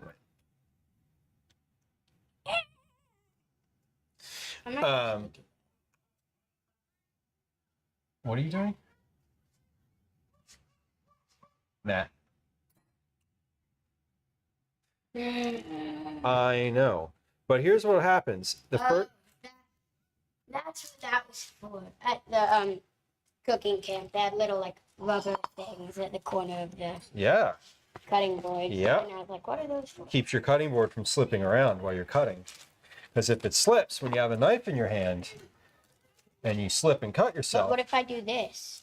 Look. Right, but help that much. It doesn't help that much, he says. Okay. Listen, be right. I know. Be right. I'm Don't use it, and when you need to go to the hospital for stitches, I will take you, but I will. You'll say I told you so. Exactly. That is exactly correct. I'm going to ask you if you're okay first. And I'm going to say no, get me to the hospital. Yeah, it's true. All right, so here's where we're at. I put those cookies, I put the first batch of cookies in the freezer, most of the first batch of cookies, because I'm trying to get those to cool down as much as possible. I would love it if they were actually frozen by the time I put ice cream on them, but they will not be, and that's okay. We're going to finish baking the cookies. I'm going to put them into the freezer. I'm going to continue to put them into the freezer because as long as they are cold, as long as they are not still warm. If they're room temperature, that's okay. I also took the big thing of ice cream that we have out of the freezer and put it in the refrigerator. Now, is that going to cool? Is that going to warm up to the point where it's soft in there in the next hour? No, it's not. But that's okay. I needed the space in the freezer for the cookies. So we are most of the way through baking these cookies. I have one more tray left to put in the oven. I have a tray that needs to come out of the oven. Now? Yeah, now. Oh, and then I realized that I also I put my whole cooling rack in the Can you hold the freezer. door for a moment? No, I'm gonna take these cookies out of the oven and then I will. No, it's fine. Yeah, I mean I will, but just give me a second so I can get these out. All right. Overhead. Those look good. I'm going to put these in the oven. I'm going to start our timer. And if I remember to start my timer, that means that we have successfully set the timer for all of the cookies today. That doesn't always happen, so that's a good thing. All right, we have cookies. Everything's in the oven now. Everything's baking. So I don't need my recipe anymore because I don't need any instruction on how long to cool these for. We're going to cool them until it's reasonable to start using them to put ice cream in. I don't know how necessarily, I've never made ice cream sandwiches, so I'm not really sure what the logistics of like getting the ice cream in are going to be. I was thinking, No, don't hurt yourself. funny. I was thinking that I could, and then that, yes. So yeah, Apple, responsibilities. What's left on that? What's left on there? I see stuff that's not checked off. What does it say? Okay. So do that before you open that the Roblox on your iPad. I want you to finish what's on there. Okay? Listen, it's going to take you longer to be morose about it than it will to just do it. I'm not Nike. You're what? You're not Nike? That's not. When did this get over here? I don't know. Whenever your little paws put it down there. Okay. If you don't want to do the stuff on that chart, you can choose to read for a little while because that didn't happen this morning, or you can choose to go outside and play basketball for a little bit. Or But- I can choose to hold a cat. But do the stuff on the chart if you're not doing either one of those things. We have an Elsie here. We have an Elsie cat. Do you want to see Elsie? Here she is. Centered. There you go. This is the calico. LC stands for little calico, but it's spelled ELSIE. She came wandering by. She was just about to hop onto the counter. We had an Obi today. Obi was on stream for a moment. An Obi. Yeah. Look at Elsie though. She's getting big. They're all, like I said, they're all still growing. They're all still growing. Hey, listen. They are very around right now. They're all very around currently. I need to empty the dehumidifier. Yes, empty the dehumidifier. No, it's empty the dehumidifier. Finish. What else? I'm gonna look at what else is on here. I'm gonna look at here. Oh, this task has been on here for weeks. Don't put a time on it. I'm about to. I'm about to put a deadline on that, Town. You're gonna do it over the weekend. No, you won't. Yeah, Oh, he's funny. yeah. He's got jokes. I'll do my best. Yeah. Listen. I'll try my best to do it over the weekend. Okay. How about you just finish that book? How about you just spend some time finishing that book? Oh, yeah. 10 pages a day is all I need. 10 pages a day is is a tall order for the amount It's that a you. lot. It's less than what we started at. It is less. That's right. 14. Well, because we thought the book was 400 pages long, and it's Yeah. not. Turns out there's multiple appendices. Who knew? Anyway. I think it's also because I read 100 pages. Cool. Well, maybe do some more of that too. Anyway, I got more cookies to pop in the freezer. We're finished. Come take me to the hospital.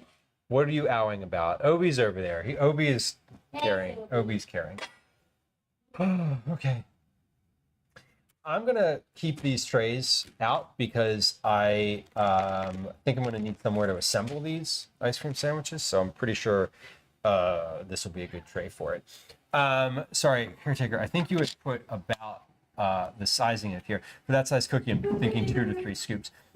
I was thinking one of the things that I was considering earlier today was if I had the ice cream when it was cooler, when I had just gotten out of the mixer, if I knew I was making ice cream sandwiches with it, what I would do with it is I would spread it on like a sheet pan like this, flat, and then I would just let it, I would freeze it like that, and then I would use like a biscuit cutter just to cut like circles out of it.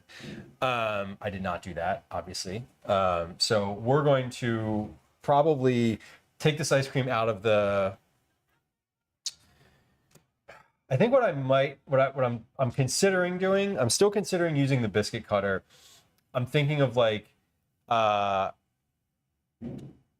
scooping it in there and then like pressing it down with something like the back of a spoon and then putting it between each cookie. Because what I am thinking is if it's not soft enough, I can't just squeeze the cookies together because then it will, like the cookies will break. They're soft, right? So I think the ice cream has to be more fully formed when I put the cookies, when I put it on the cookies. That's my sort of theory of the case. All right, so these I have been in the freezer for what, 5-10 minutes? They're pretty cold. I'm gonna take these and stack them and put my next round on this same tray. So you know what actually I'm gonna do? I'm gonna take a wholly separate tray here and put these, the finished ones on here. Finished. I'm gonna put these on this metal tray and put those, and then we'll put the next batch in the freezer in that same spot. These are pretty cold, so I'm gonna do 2 things. I'm gonna take this tray of like cookies that is in progress,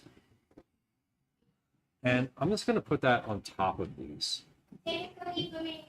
Okay, so they're all sort of in there in the same place. Okay. The ice cream to be soft. Yeah. I'm not, like I said, I haven't done this before. So I'm thinking I might just take this ice cream out. So this is what we made on Friday. This was the first batch. This has been in the freezer. It's solid. Like this is pretty solid.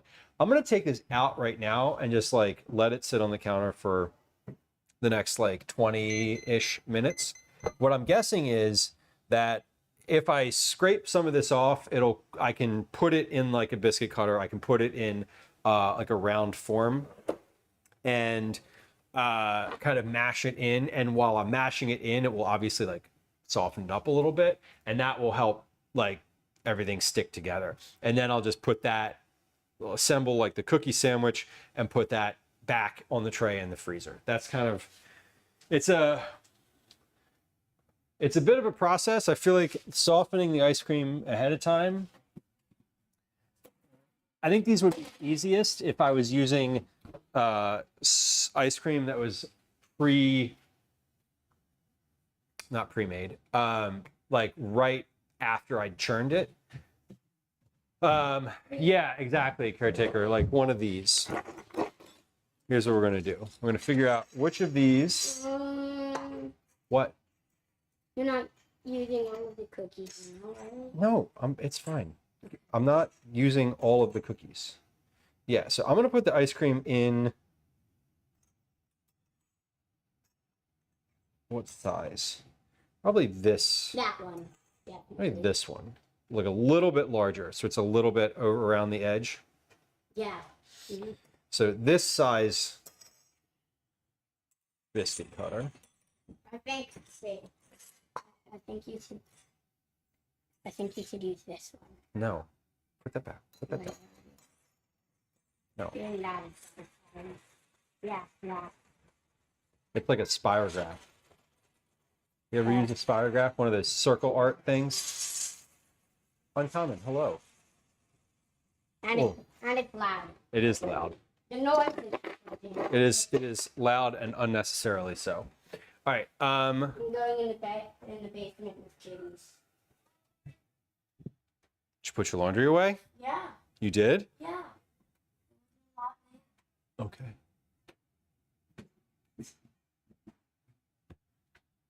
Time check. 4 p.m. Okay. All right. Got a minute and a half with the last batch of cookies that's in the oven. These are coming along here in the freezer. I'm actually going to take these last couple off of this tray and put them in the freezer as well. So I'm finishing the cookies and giving them time to cool down before anything, giving the cookies time to cool down, the ice cream time to heat up, and they'll meet in the middle at some point.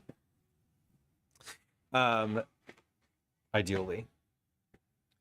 So these, let's actually put the ones that are cooling on top of that. I want to put the ones that are cooling exposed to the air, not the bottom of the sheet pan. There we go. Also, if any of them fall off, then they'll be on the tray. There we go. All right. Close. Perfect. All right. We're not going to make ice cream sandwiches out of all these cookies either, by the way. Like, just to like clear the record. Probably going to make 10 ice cream sandwiches if I can. I might make more. It's likely that I'll make more because I feel like, let's see, if we have we have folks coming over this evening. So who's going to want ice cream sandwiches? Me,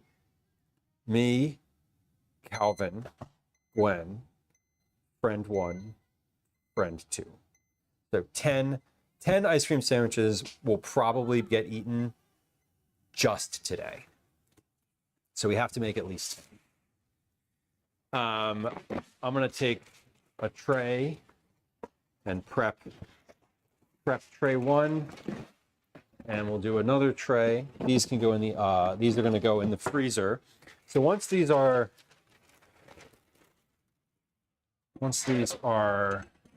made, we're going to need to refreeze them again, because the ice cream's going to be frozen and cool, heat up a little bit, and then the cookies hopefully will be not broken. All right, so this is done. Those cookies are looking good and finished. I mentioned making quiche for dinner, so we're going to take our quiche. Oh, are we going to take our quiche out of here? Oh, hold on, Jenga. Everything is sitting on top of the quiche. Hold on. Am I messing with anything? There we go. I need to keep these cookies from falling over. How are we going to do that? We're going to sit them on top of a burrito. I love freezer Jenga. It's my favorite thing. Just kidding. It feels very fraught. Okay, that's fine. As long as they're in the freezer, I don't really care. All right, so quiche. This is the broccoli cheddar quiche that I made 2 weeks ago for one of my friends. I made a bunch of food. I made 4 quiches. I kept one of them. I made a bunch of soup. We had that the other day. So I kept like a small selection of the things that we made recently, just so I could have them for like this purpose, right? Liz, welcome in. Hello. Liz, we were supposed to be IRL today, but I couldn't get my IRL stuff.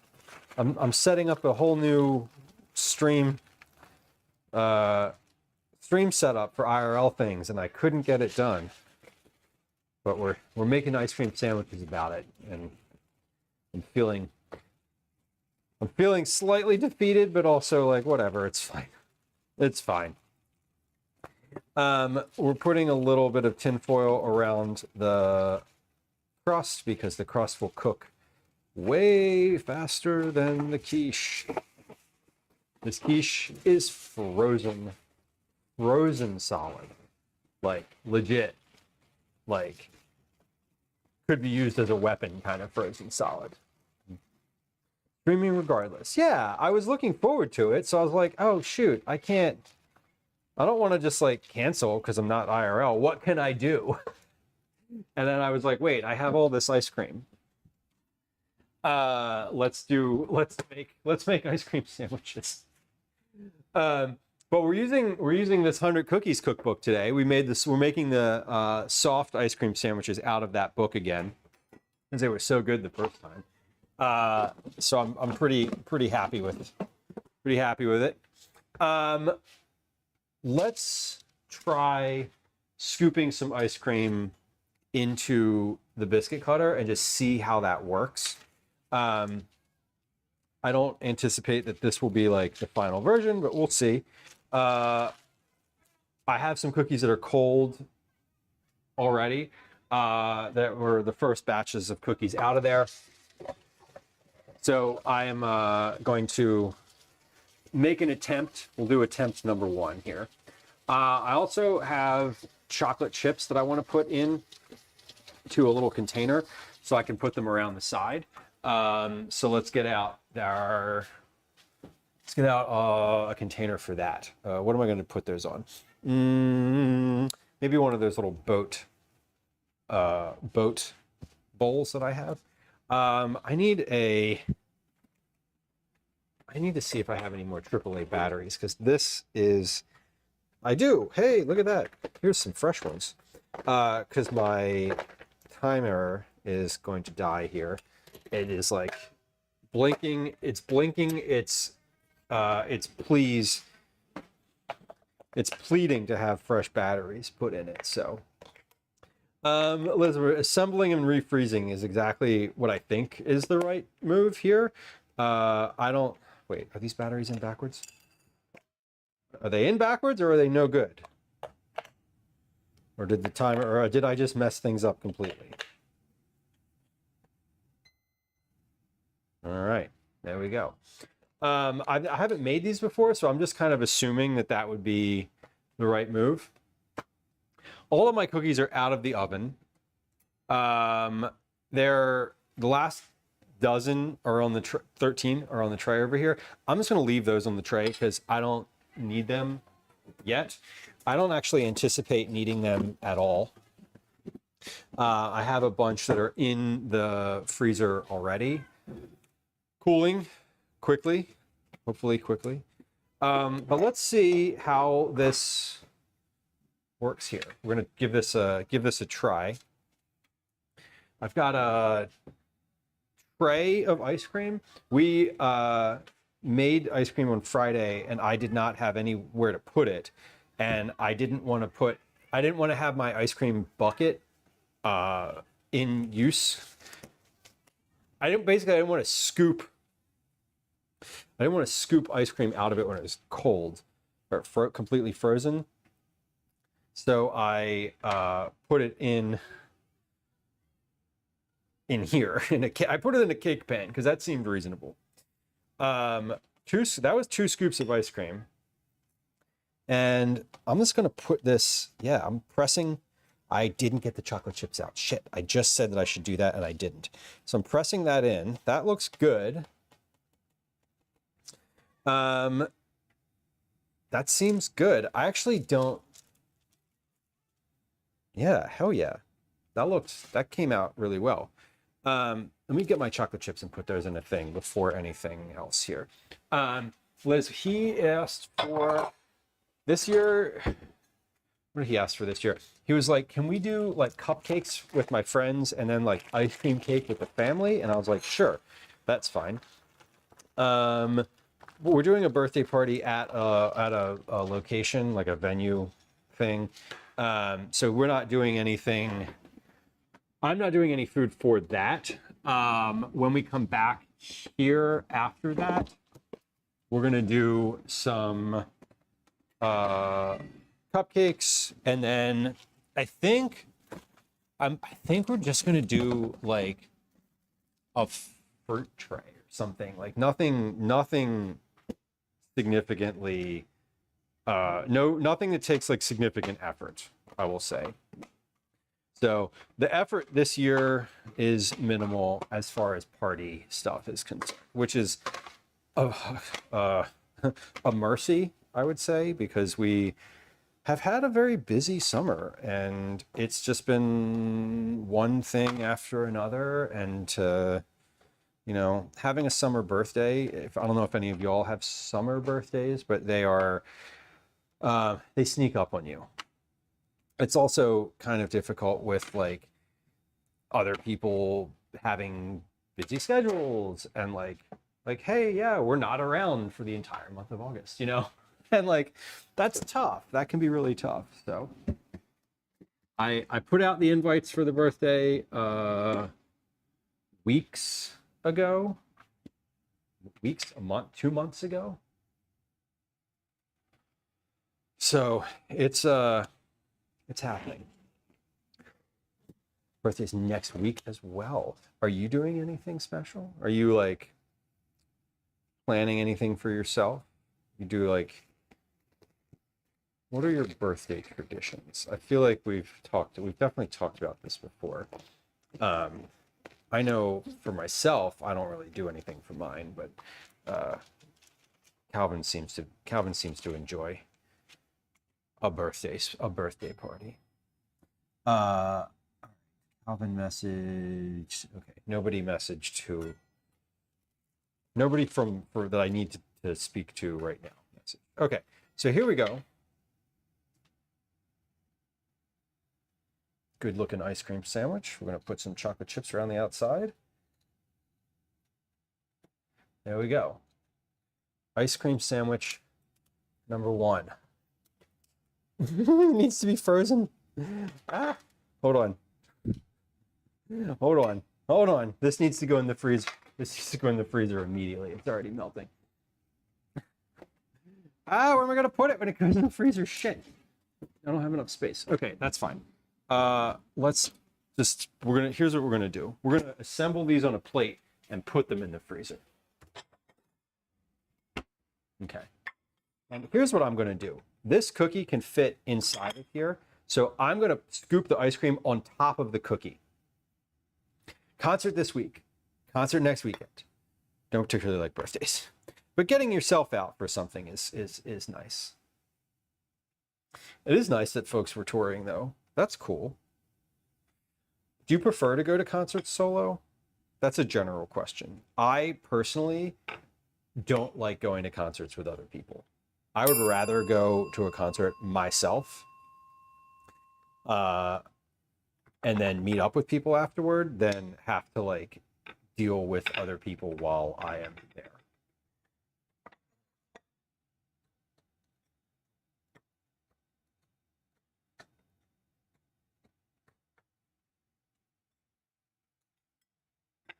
Okay, well, this is messy, but working.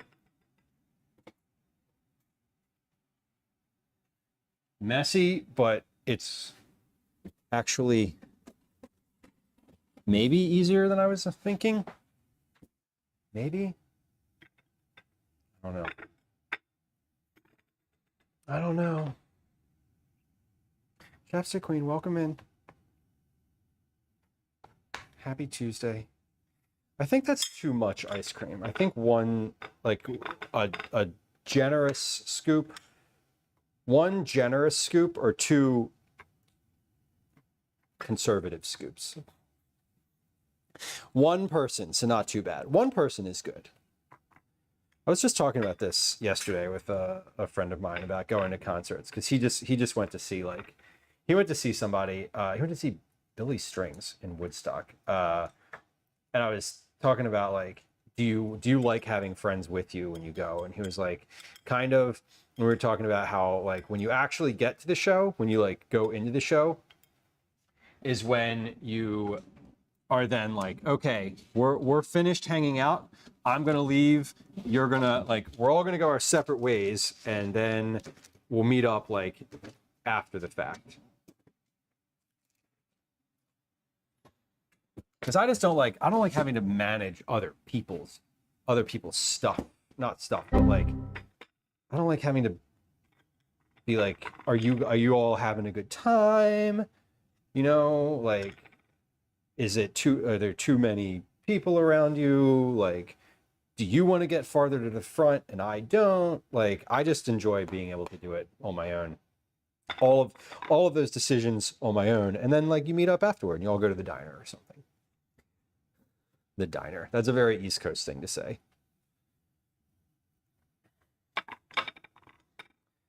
But this is actually working quite well. I think that the biscuit cutter is a little large for what I want. So I might take the for the next one here, I might the next bunch, I'm going to use a smaller cutter. I actually need to do a couple things.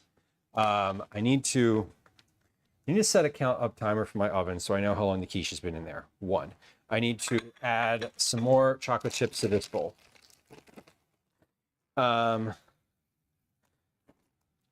then slightly smaller biscuit cutter, because that is like really over the edge of the cookies, and it's like a little too much. So we'll see. I thought I just heard the tone, but I don't see the check-in for the entry. It was, I think it was there. It was there recently. There's a tone when it ends too. It's like a boom boom tone. It's actually the Windows XP error sound is the tone that plays when it's not there anymore, for what it's worth. Okay, I need to pause. I keep opening the oven, or not the oven. I keep opening the freezer with like my pinky. I'm gonna put a little towel around here so I'm gonna tie a towel in here so I can just grab the towel, because my hands have ice cream all over them, and I don't want to get ice cream all over my freezer, but I do want to be able to open it. So it's kind of a silly thing, but I am like, let's just put a towel in a knot on the door so I can just like grab it with ice cream hands and pull it open. This is a thing I've never done on stream before. All right, so the ice cream sandwiches are looking really good. I was worried about the firmness of the cookies. But the way that I'm kind of going about this is making it not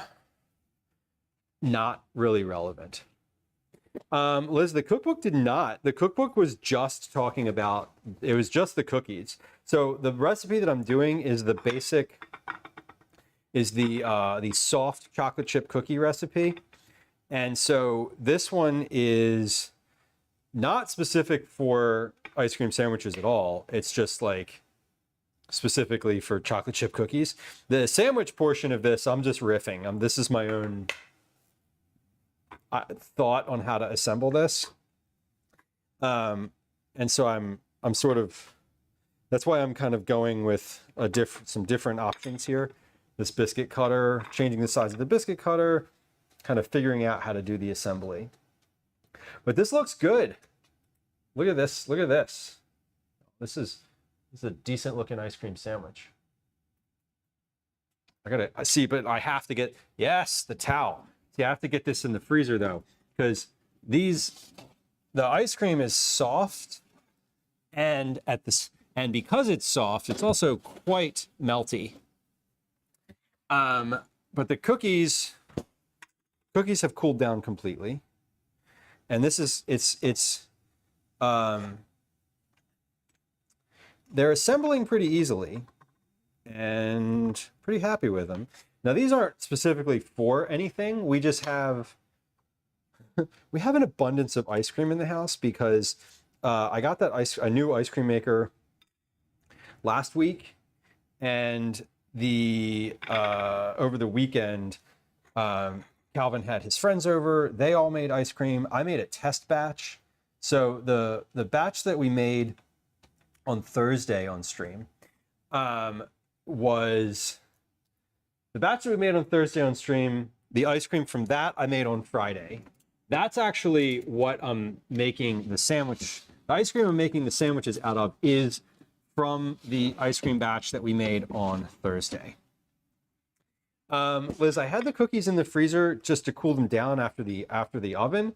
I'm keeping them in there because I'm opening the freezer regardless. My thought is I'm opening it to put the cookies in individually, like no matter what. So I might as well just keep them in there and just grab every time I open the freezer to put a sandwich in, I take 2 out. Like, if anything else, it just keeps them a little bit colder. But yeah, I mean, leaving them on the counter certainly would be more efficient. So would having a blast freezer, which I wouldn't say no to. And I'm trying a little different technique here with the chips on the outside, because I feel like sort of the ice cream, patting the ice cream in also would be a good idea.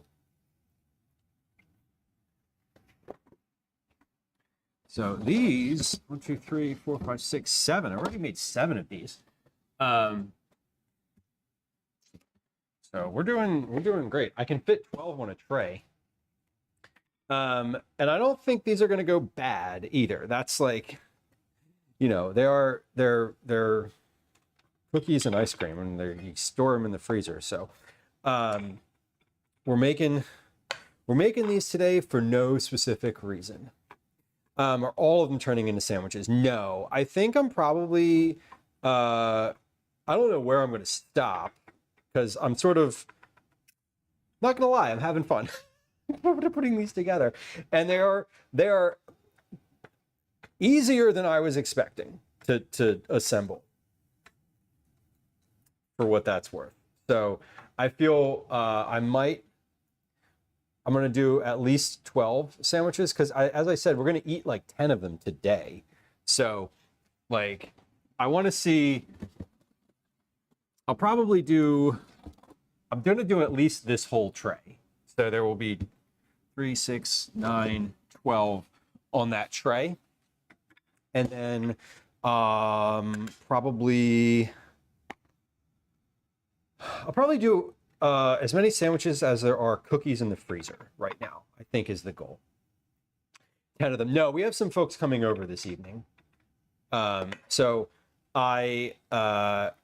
there's another kid from Calvin's karate class who's coming over with their parent to get some additional like instruction for that. She has a test coming up, a belt test coming up.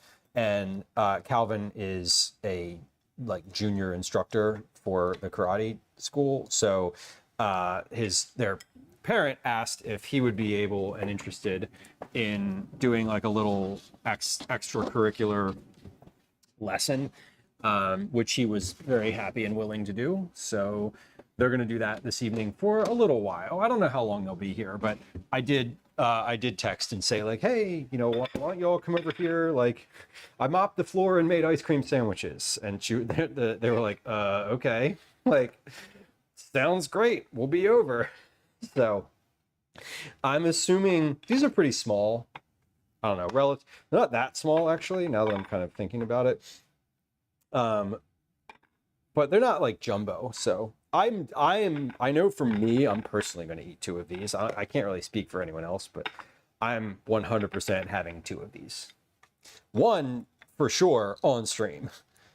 One for sure later. So really, quite literally, I'm probably going to have 3 of these. It's fine. It's fine. It's summer. It's summer. Ice cream sandwiches that you make yourself don't count, right? Not that we're counting.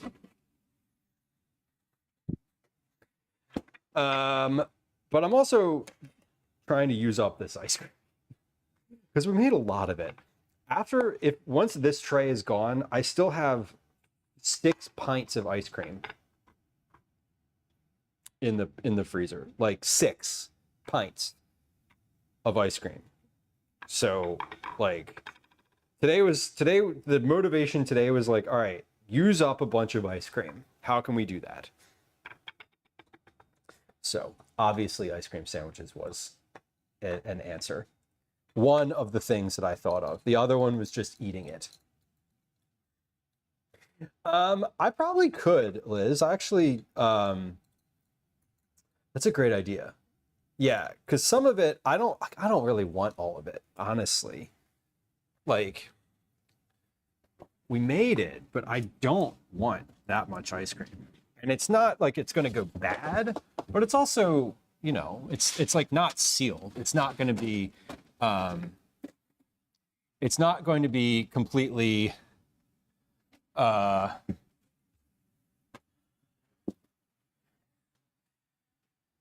what's the word I'm searching for? It's not going to be too good after a while.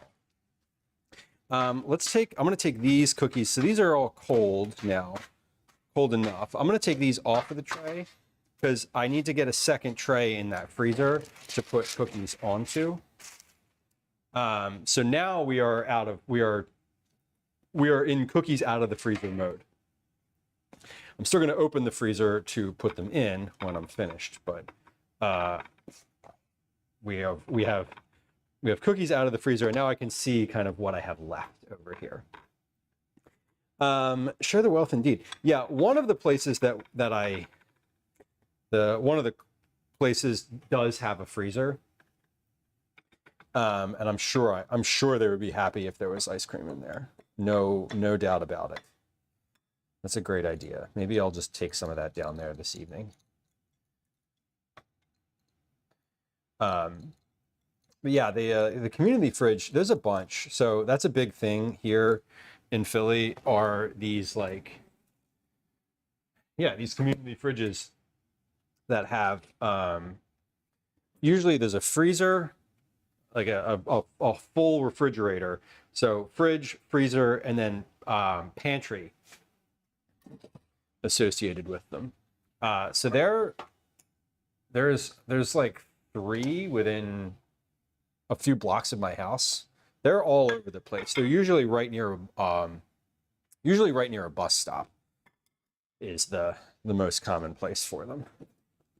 Okay, I'm just taking a real quick pause to wipe the counter, reset, put some more chocolate chips in here. That'll be the rest of that bag. And then I think we'll do whatever is left of this ice cream. Something's going to run out first, either the ice cream, the cookies, or the chocolate chips. Whenever one of those things runs out, then we're going to be finished. So I'm guessing that the ice cream is going to run out first, but I don't know. We'll see. This tray needs to go in the freezer, so we'll put that in when we put our first cookie in. We're going to keep going here with these. The little ring mold here, the biscuit cutter mold, worked really well. This was I'm pretty proud of myself for thinking, for using it this way. Obviously it's a ring mold. It's like, this is kind of what it's meant for, is, you know, creating things to be round.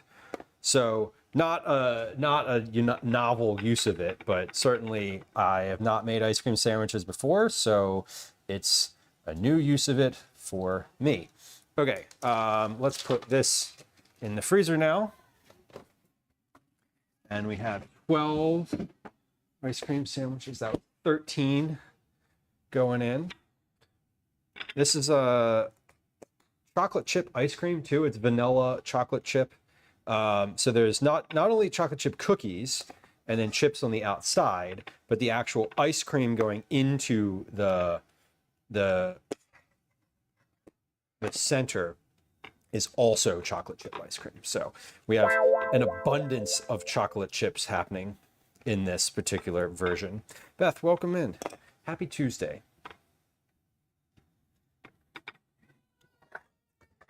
Happy Tuesday. Now my ice cream is definitely getting a little meltier. Liz, I did not use the pie weights on the most recent quiche because I did not make the pie dough. So the most recent quiche that I made, the one that is in the oven right now, was just a generic pie shell that I bought at the store. I have not made pie dough yet. I had considered it today, actually. I was thinking of making pie today because in addition to ice cream, I also have an abundance of apples. And I was like, oh, I could make apple pie today.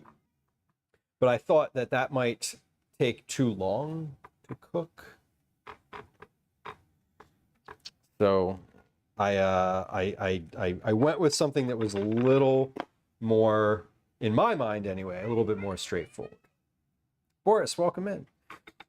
Happy Tuesday. Liz, I just bought 6 ears of corn today. I didn't even mean to. I was just like, I meant to get eggs and they had corn at the farmer's market when I went, and I was like, oh, I guess we're doing it. I don't know what I'm doing with it, obviously. When I buy corn, I very rarely know what I'm doing with it right away. I don't usually buy it with a plan. I just buy it because it's there. I mean, how else? You know, I do buy it with when I see it, I make a plan in my head to justify buying it. This time I actually didn't. I was like, I don't know what I'm going to do with this, but it'll happen. All right, we have enough ice cream for one more sandwich here after this one. And this will be perfect. Blacksmith says, how do I send home knives from Japan? So you're in Japan sending knives.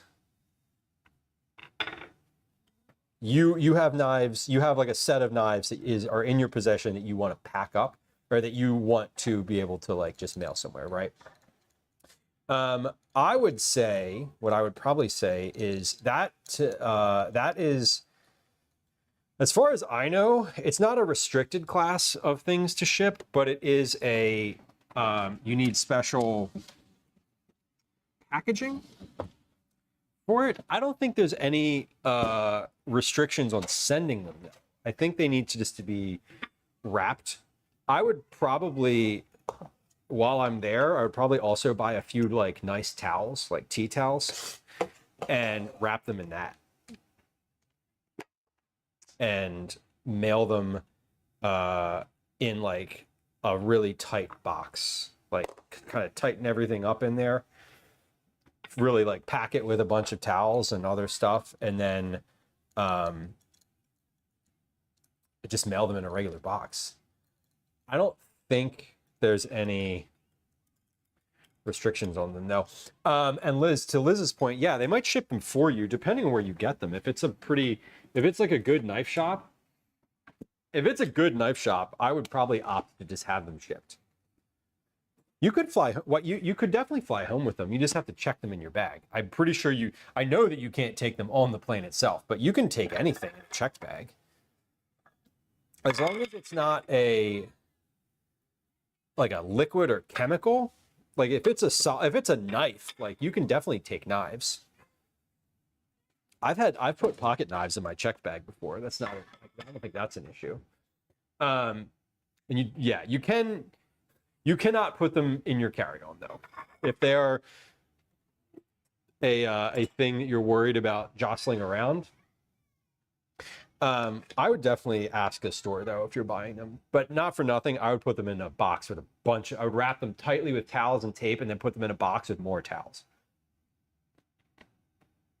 I'm just eating the liquid ice cream out of here because it's really good. All right, that was all of my ice cream sandwiches. I was That was particularly fun to do. Callie, Calvin.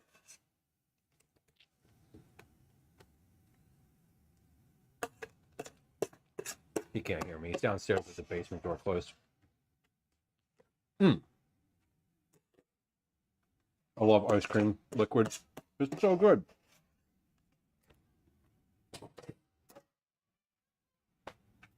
But I'm trying to call him upstairs because he said he wants cookies.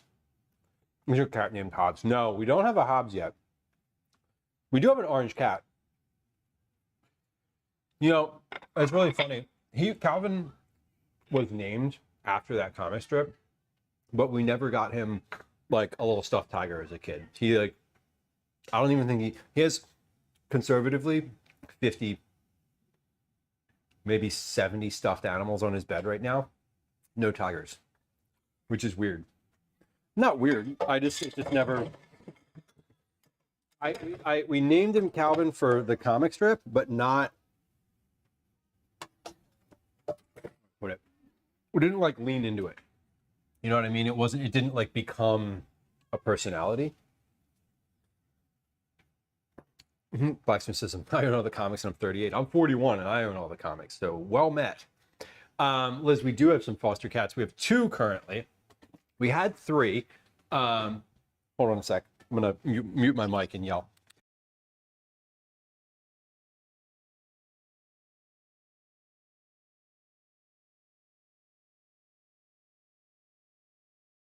Okay.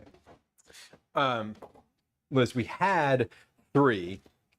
Link was adopted on Friday. It went to a foster home, not a foster home, sorry. Went to a permanent home on Friday. He was adopted by one of Calvin's school friends, their family, not the friend, the family. The other 2, so Gannon and Zelda, are actually both spoken for. They just haven't been collected yet. They are Zelda is going to a home. Great. Pause that. Turn that off. Okay.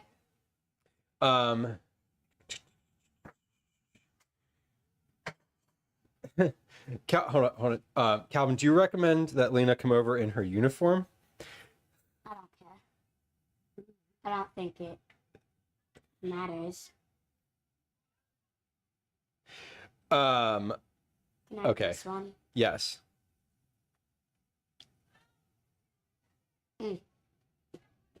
Ooh. Because that's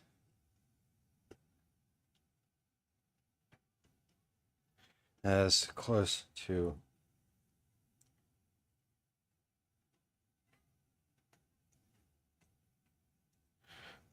sorry, I'm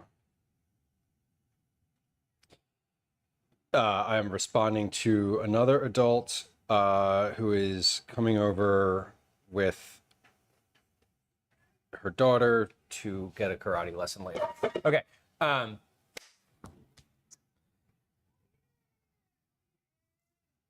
Link got adopted on Friday with a friend who Calvin knows from school. Gannon is going to a friend's, one of my friends' houses. And then Zelda is actually going to the same house that Pluto and Saturn went to. So Zelda, Pluto, and Saturn are all going to be living in the same home. Middle school. Yeah, it's definitely middle school. And for like, in a weird way, different schools in Philly have different ways that they like structure their grades. So the way that his school is structured, they considered him in middle school last year. I personally consider sixth grade to be middle school. So last year was like, to me, was like middle school light. Another 3-cat home, right? All the same campus. No, all the same. These are the cookies we made today, by the way. This is the outside. That's the inside. Calvin says they're very good. 7th and 8th. 6th, 7th, and 8th for middle. Same. I had K through 5 was elementary school. 6 through 8 was middle, and then 9 through 12 was high school. Different buildings, totally different schools. So, in my head, he was in elementary school last year. He wasn't, according to the school, but according to other schools in the school district, he would have been. So, take your pick. I think according to my other school, I was last year is still elementary. Different places in the city. Yeah. His would be too. Many of the elementary schools here go through 8th grade. So middle and elementary and middle school are combined in a lot of the schools. So. Yes. Good question. So yes to the question. You did have different periods, different classes, different teachers. Man, these cookies are great. I made a bunch of ice cream sandwiches. They're freezing in there. One of them, we're probably gonna try one in a moment. But yeah, this was good. This was easier than I was imagining it to be. 7, 8, and 9 was junior high, 9 says. To me, that makes a lot of sense. Elementary was one teacher with all subjects. Same, Liz. My elementary school was, I had one teacher for pretty much all of my classes. There was I think we switched for music. We switched for the specials. So music, gym, whatever else we had. I don't even remember what else we had. I think that's what and that was up through 5th. Kindergarten. First and second was. Okay.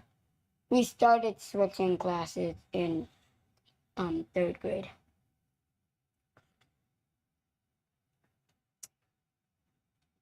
It's weird. Different gym, different music.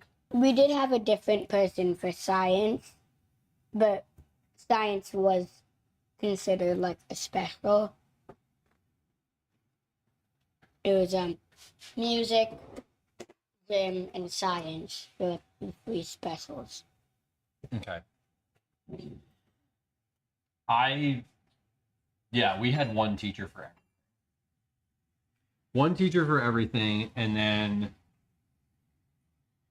the middle school, we switched for every period. High school, we switched for every period. Switch for every what? Every period, or every class. Wait, middle school you switched for every period? Yeah, I had an English writing teacher, and an English literature teacher, a math teacher, a science teacher, and a social studies teacher, and they were all different. All different. Actually, no, English reading, sometimes the English teacher was the same. And then we had different teachers for home economics, for shop, for music, for gym. I wish home economics was still a thing. Liz says I live 20 minutes from where I grew up, and the schooling is completely different. It is wildly different. And even the things that they're learning are very different too. The way that, goodbye. The way. Waiting for permission. Body language. Go downstairs if you're don't. Okay. I'm opening my thing. Okay. Why don't you watch where you're walking and then start looking at YouTube? Okay. Anyway, yeah, we had very different. Growing up, school was very different, and I mean, it's one of my friends. His elementary school experience was up through 8th grade, and then he was in 2 schools total. I was in, moving aside, I was in 3. He had kindergarten through 8th grade in the same place, and then high school in a different, high school in a different place. And that was normal too. So I think it just depends on the district too. But the ways that they're learning how to do stuff now is interesting. And like the different rules and the stuff like that. Like, they're I was on the cusp of like computer literacy time. Like I remember one of the specials that I had in middle school was computer lab, where we learned like how to open a word processing document, how to save a file, like literally how to save a file. It was like a thing, like a question on a test. Which of these icons would you click to save your file? Like, what? It was kind of wild, but now it's definitely very different now. Not that much different. Like it's hard, like they're still teaching the fundamentals, especially in English and all, but it's like harder to do because there's more outside influence from, there's more internet. Computers are more powerful and more prevalent, and they live in your pocket. It's very different. So I don't love it, but at the same time, it's the world we live in.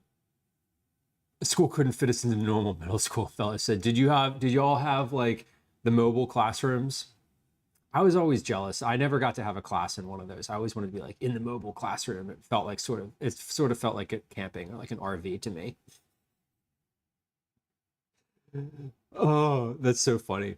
Bellis, the cafeteria was probably felt very small at that time. We had 199 in my graduating class. Very small school. Oh my God. That sounds like a lot of people. That is an intense graduating class. I knew the first and last name of everybody in my graduating class when I was in high school. I remember that. I remember like, yeah, I bet you if you showed me their yearbook picture right now, I would probably be able to name more than half of my graduating class, first name, last name. What am I doing with my brain, and why do I even need this information? I don't.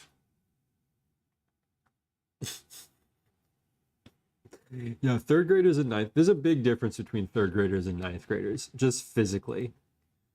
And ninth graders don't want to be around third graders either. That's the thing. It's like, even if you're using the same, I don't know, like Calvin School, they're very, they separate the high school from the middle school, like physically. Like the high school is in like a different section of the building than the middle school, which is nice. Like that's really good and helpful. Yeah, Liz, the maturity difference is wild. And it's different too. Like I see the maturity difference between some of Calvin's friends, like, some of the girls in his class versus some of the boys in his class. And that divide widens a little bit before it narrows again. So we're moving into the time, we're moving into a different era here of like child rearing and development, which is fine. I'm ready for it. Oh God. Oh, Velas, they just opened the school for 500 people. Oh my God. Does Calvin have social media? No, he does not. He has a YouTube account, but he does like just to watch stuff on. He does not have social media. He has not asked for it. And if he asks, the answer would be no. Currently, the answer would be no currently. I don't think any of his friends do either. And I'm,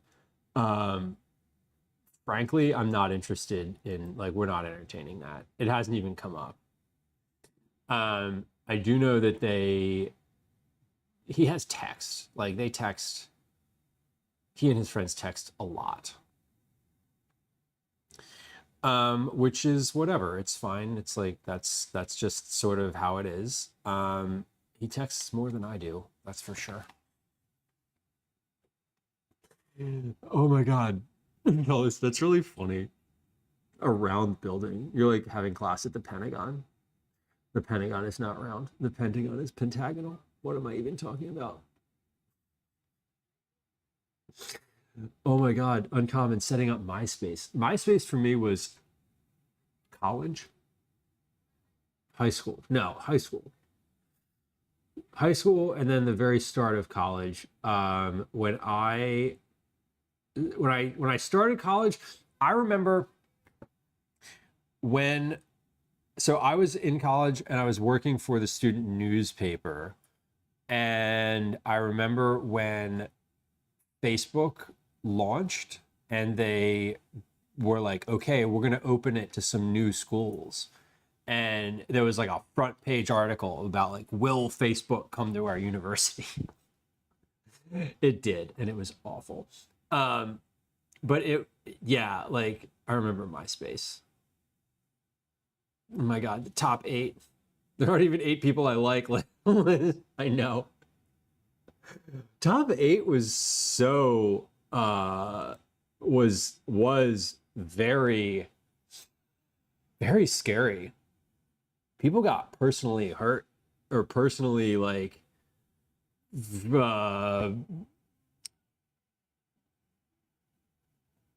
yeah, offended that they weren't in your top 8. I didn't have enough friends that cared. Vela says MySpace was created in 2003. Okay, so I was literally in college. Okay. I thought, see, in my brain, MySpace existed in high school. It didn't. Okay. So, yeah. God. I graduated high school in 2002. Yeah, caretaker. I remember when Facebook was only for post-secondary students. I do too. I remember when they launched it, and it was like a big question. People were like, are they going to bring Facebook to our school? What's it going to mean for our student body to have Facebook? Wrong question. The better question is, what's it going to mean for our society as a whole to have this? It's not great. Okay, I'm moving these ice cream sandwiches over, and then we're going to take one off of this tray and eat it.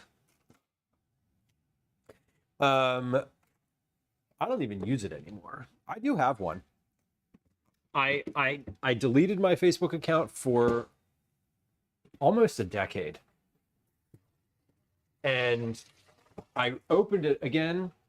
The only reason I opened a Facebook account again was because Calvin's school had a bunch of different like parent and age based, like grade based groups for the classes, and I wanted to be able to be in them just to like because to see what's going on. I didn't want to be left out, you know what I mean? And so I literally activated it again. The fucking within 5 minutes of activating it again, I had like 25 friend requests, and I was like, what the hell?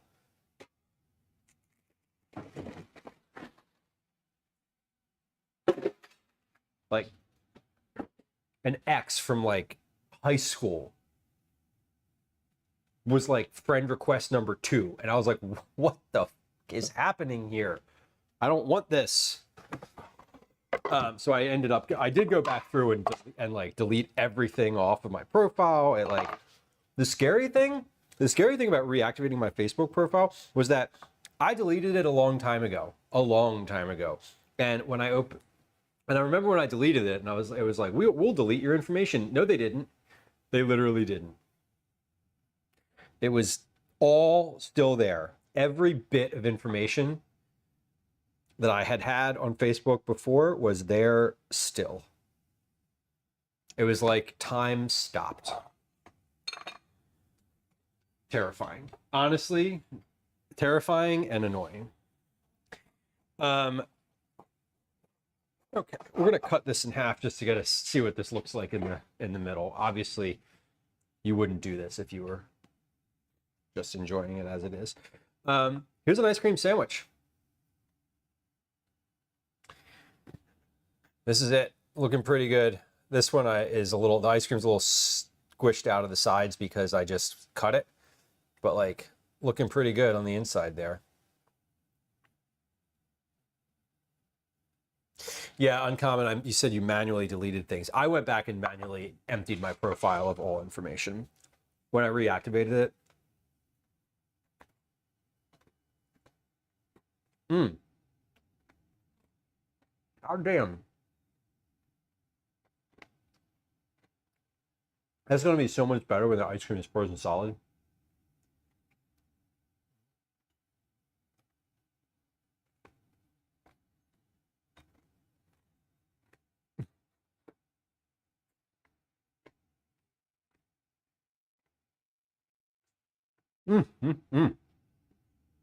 That is fantastic.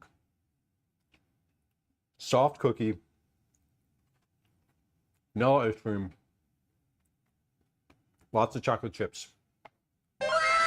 Very delicious. Yeah, Bellis, they don't make it easy to find. Camille, thank you.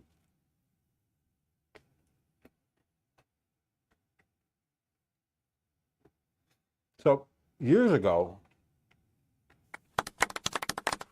this was I left that job in 2015. Well,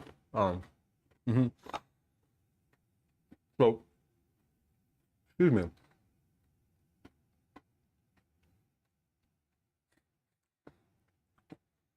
Well, there's not enough people caring to go back and Google you. Yeah.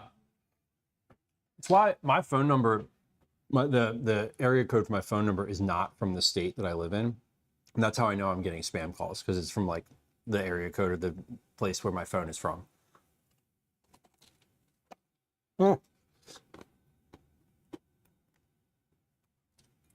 Oh, bigger than I thought.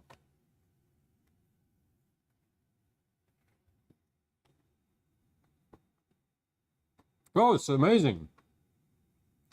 Amazing.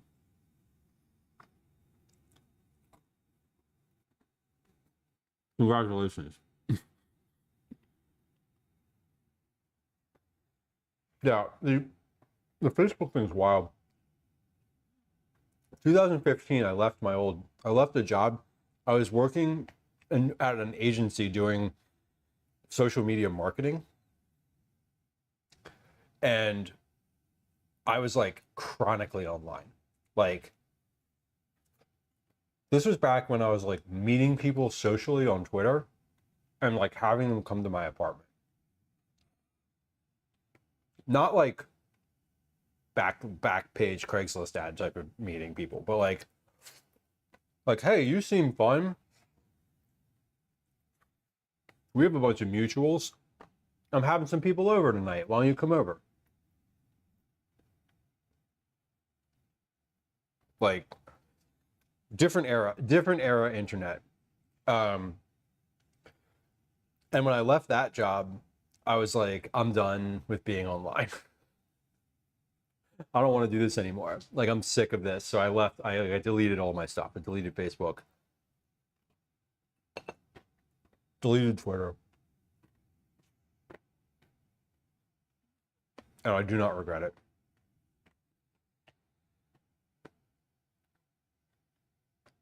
Well, I said half twist cone with toasted coconut, custard soft ice cream. That sounds delicious. I love coconut ice cream. Is that how I met the missus? No, that was before all that. That was before Facebook. Well, we met in school. We met in university.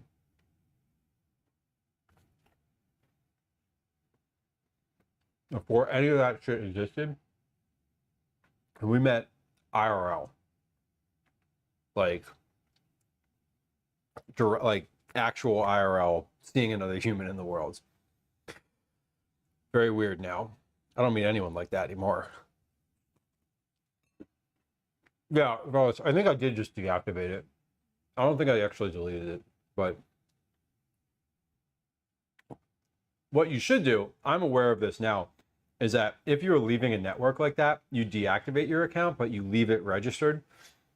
That way you can keep, that way your name is still there, especially with Facebook or, you know, a network where you have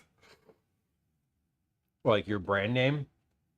And even if you're not going to use a network, I still do this. Like when something launches or goes live, if it's like reasonable to do so, I'll go and reserve my name on there. That way no one else can take it.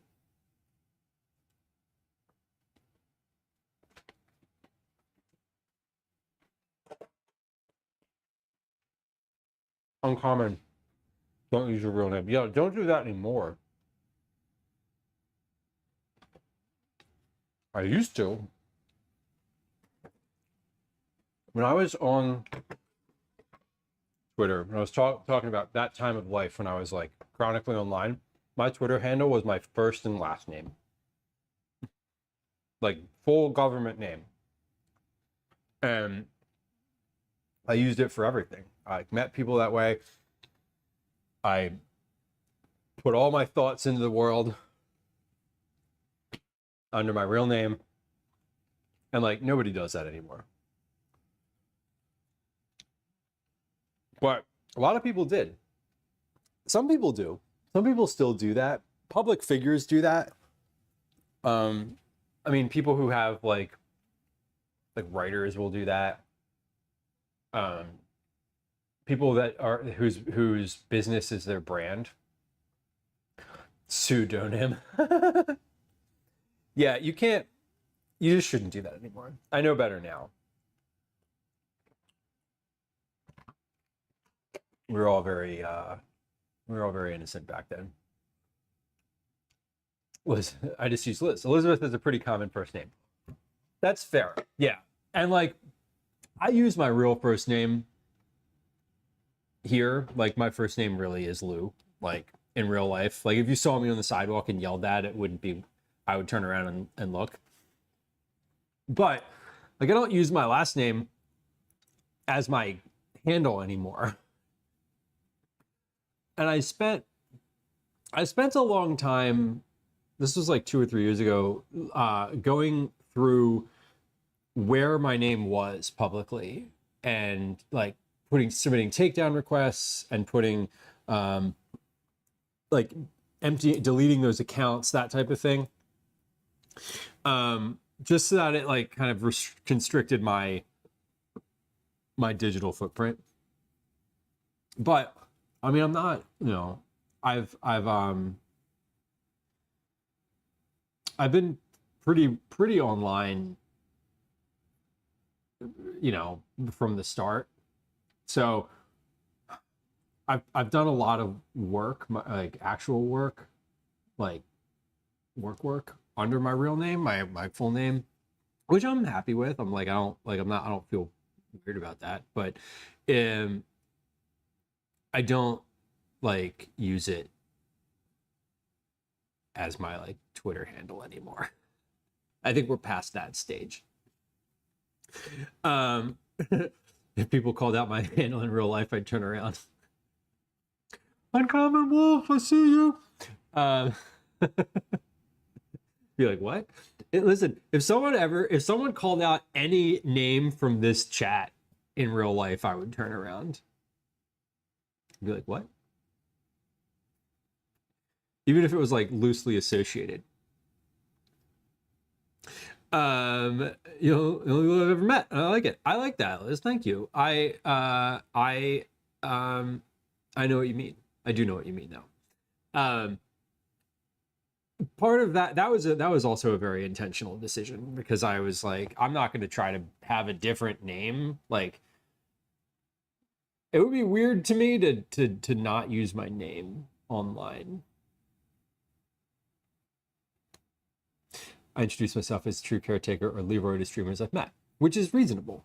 Yeah, and like, I think, you know, this is sort of a bit of advice that I give people. When I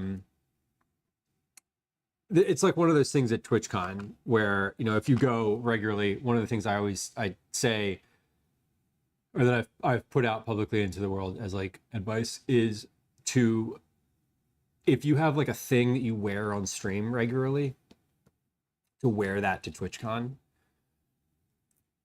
Like for me,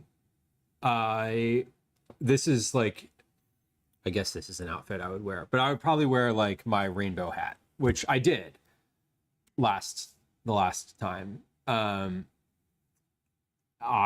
Because like when you see people there, when you see people out in the world in real life, it's like, oh, it's just like a tell, like, oh, a visual indicator, because, you know, if you don't look the same, it's like, it's weird. Miss Molly makes not being Molly shocked me when I first found out. Today I learned. Yeah, that's definitely like a bit of branding for sure. That's a good bit of branding. And if you can own it, that's great. If you, I know that for me, I would never get used to it. I would never get used to someone being like, I don't know, saying a different name for me.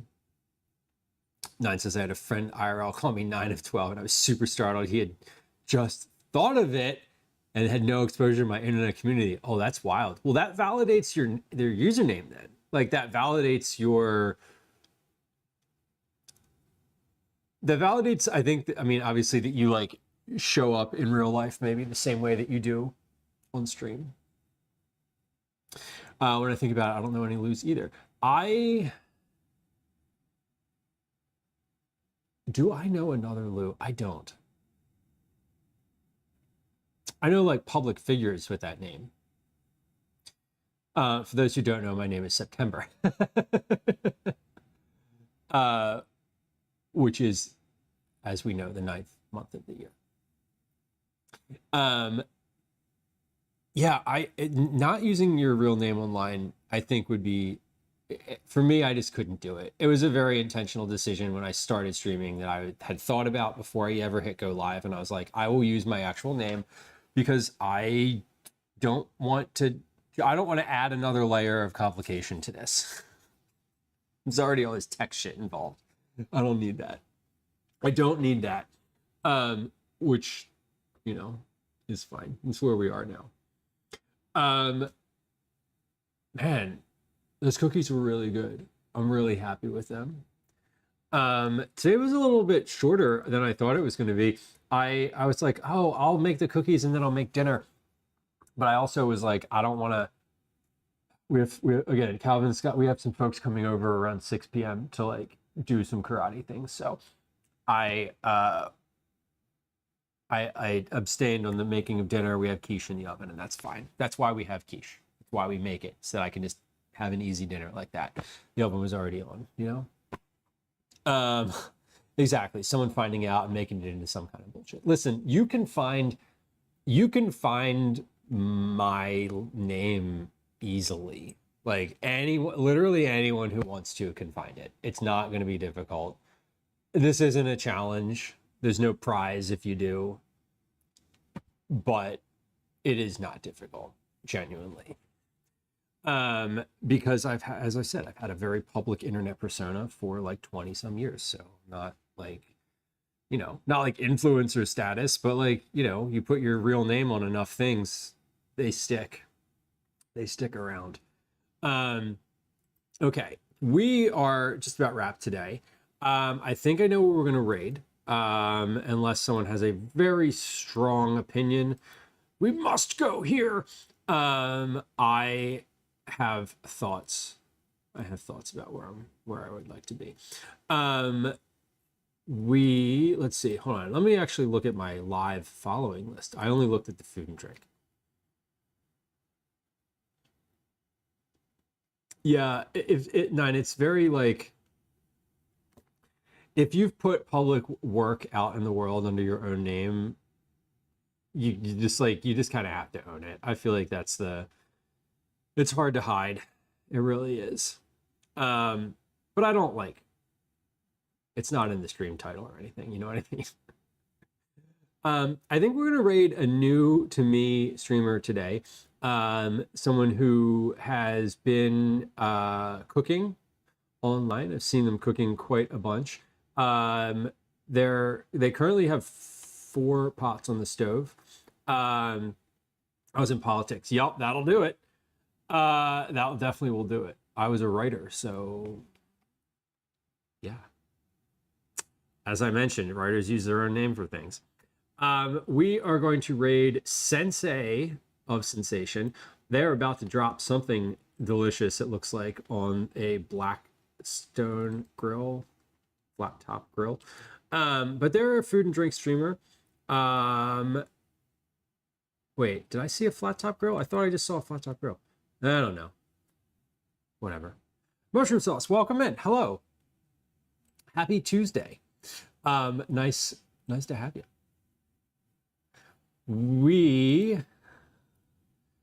Did we meet? We met, right? Did we meet at TwitchCon? I feel like we did. I feel like that your name is super familiar, and I'm like, I feel like I remember meeting you. We definitely met at TwitchCon last year. Yeah. Has to be. I feel like I remember. Hold on. I'm looking at your channel. We did. Okay. Yes. Not to be creepy. Anyway, well, welcome in. We were going to do an IRL stream today, but we didn't. We might do that on Thursday, but probably not. We'll see. I'm trying to get a whole new IRL setup together. So for those of y'all who were like, why didn't you do an IRL today? When you said you said you were going to be IRL, I'm disappointed. Cool. That's fine. Be disappointed. There's more. I'm doing a whole new IRL setup. I'm like rebuilding the server, the cloud server from like, I just changed services. So I'm starting with like a fresh install of OBS, figuring out how to do StreamerBot in the cloud. It's a whole thing. So I was working on that a bunch today. I thought I was going to be finished by the time I was ready to go live. I wasn't, so we'll do that. I might pop up on the Out With Dad account at some point in the next day, 2 days for like a little test situation. Unlikely, but maybe. But regardless, we'll be live again on Thursday of this week. I'm not sure exactly what we're doing. We'll probably be cooking again, and if we're cooking, we're going to be right here. So we probably did chat about that. I know it was in the context of an IRL thing. I don't remember if it was during the IRL meetup or if it was out on the street. I mean, I met quite a few people out on the street, which was super fun. But we're going to raid Sensei of Sensation today. As I said, Sensei of Sensation is a new, to me, food and drink streamer who seems to be very in it in terms of getting the pots and pans going. So we're going to start that raid. If you have any questions, feel free to hit me up. Thank you. I always have questions. I have so many questions. There's so many questions. How do I do it? My current pressing question is, how do I run 2 separate StreamerBot instances, one on a cloud server, one on my local machine? What is the easiest possible way to keep them synced up without using a OneDrive folder? That's my current question. I think I have the answer to that, but if you have any tips, happy to take them. All right, we're going to start this raid. We're raiding Sensei of Sensation. Okay, bye. Goodbye sounds are on. Raid messages are on. They're in the chat now. And maybe. Okay, bye now. There's a bunch of social media links. Hey, we got one last click me. Oh shit, there's gonna be 2. One last click me redeem if you want it. Get it now. It's you can get it in with your goodbye sounds. Thanks for hanging out today, y'all. I appreciate your company. It's always lovely to have company. So long, farewell. Just doing random crap in the kitchen. If you're watching on YouTube, thank you so much. Please like and subscribe, and I appreciate your viewership. It's been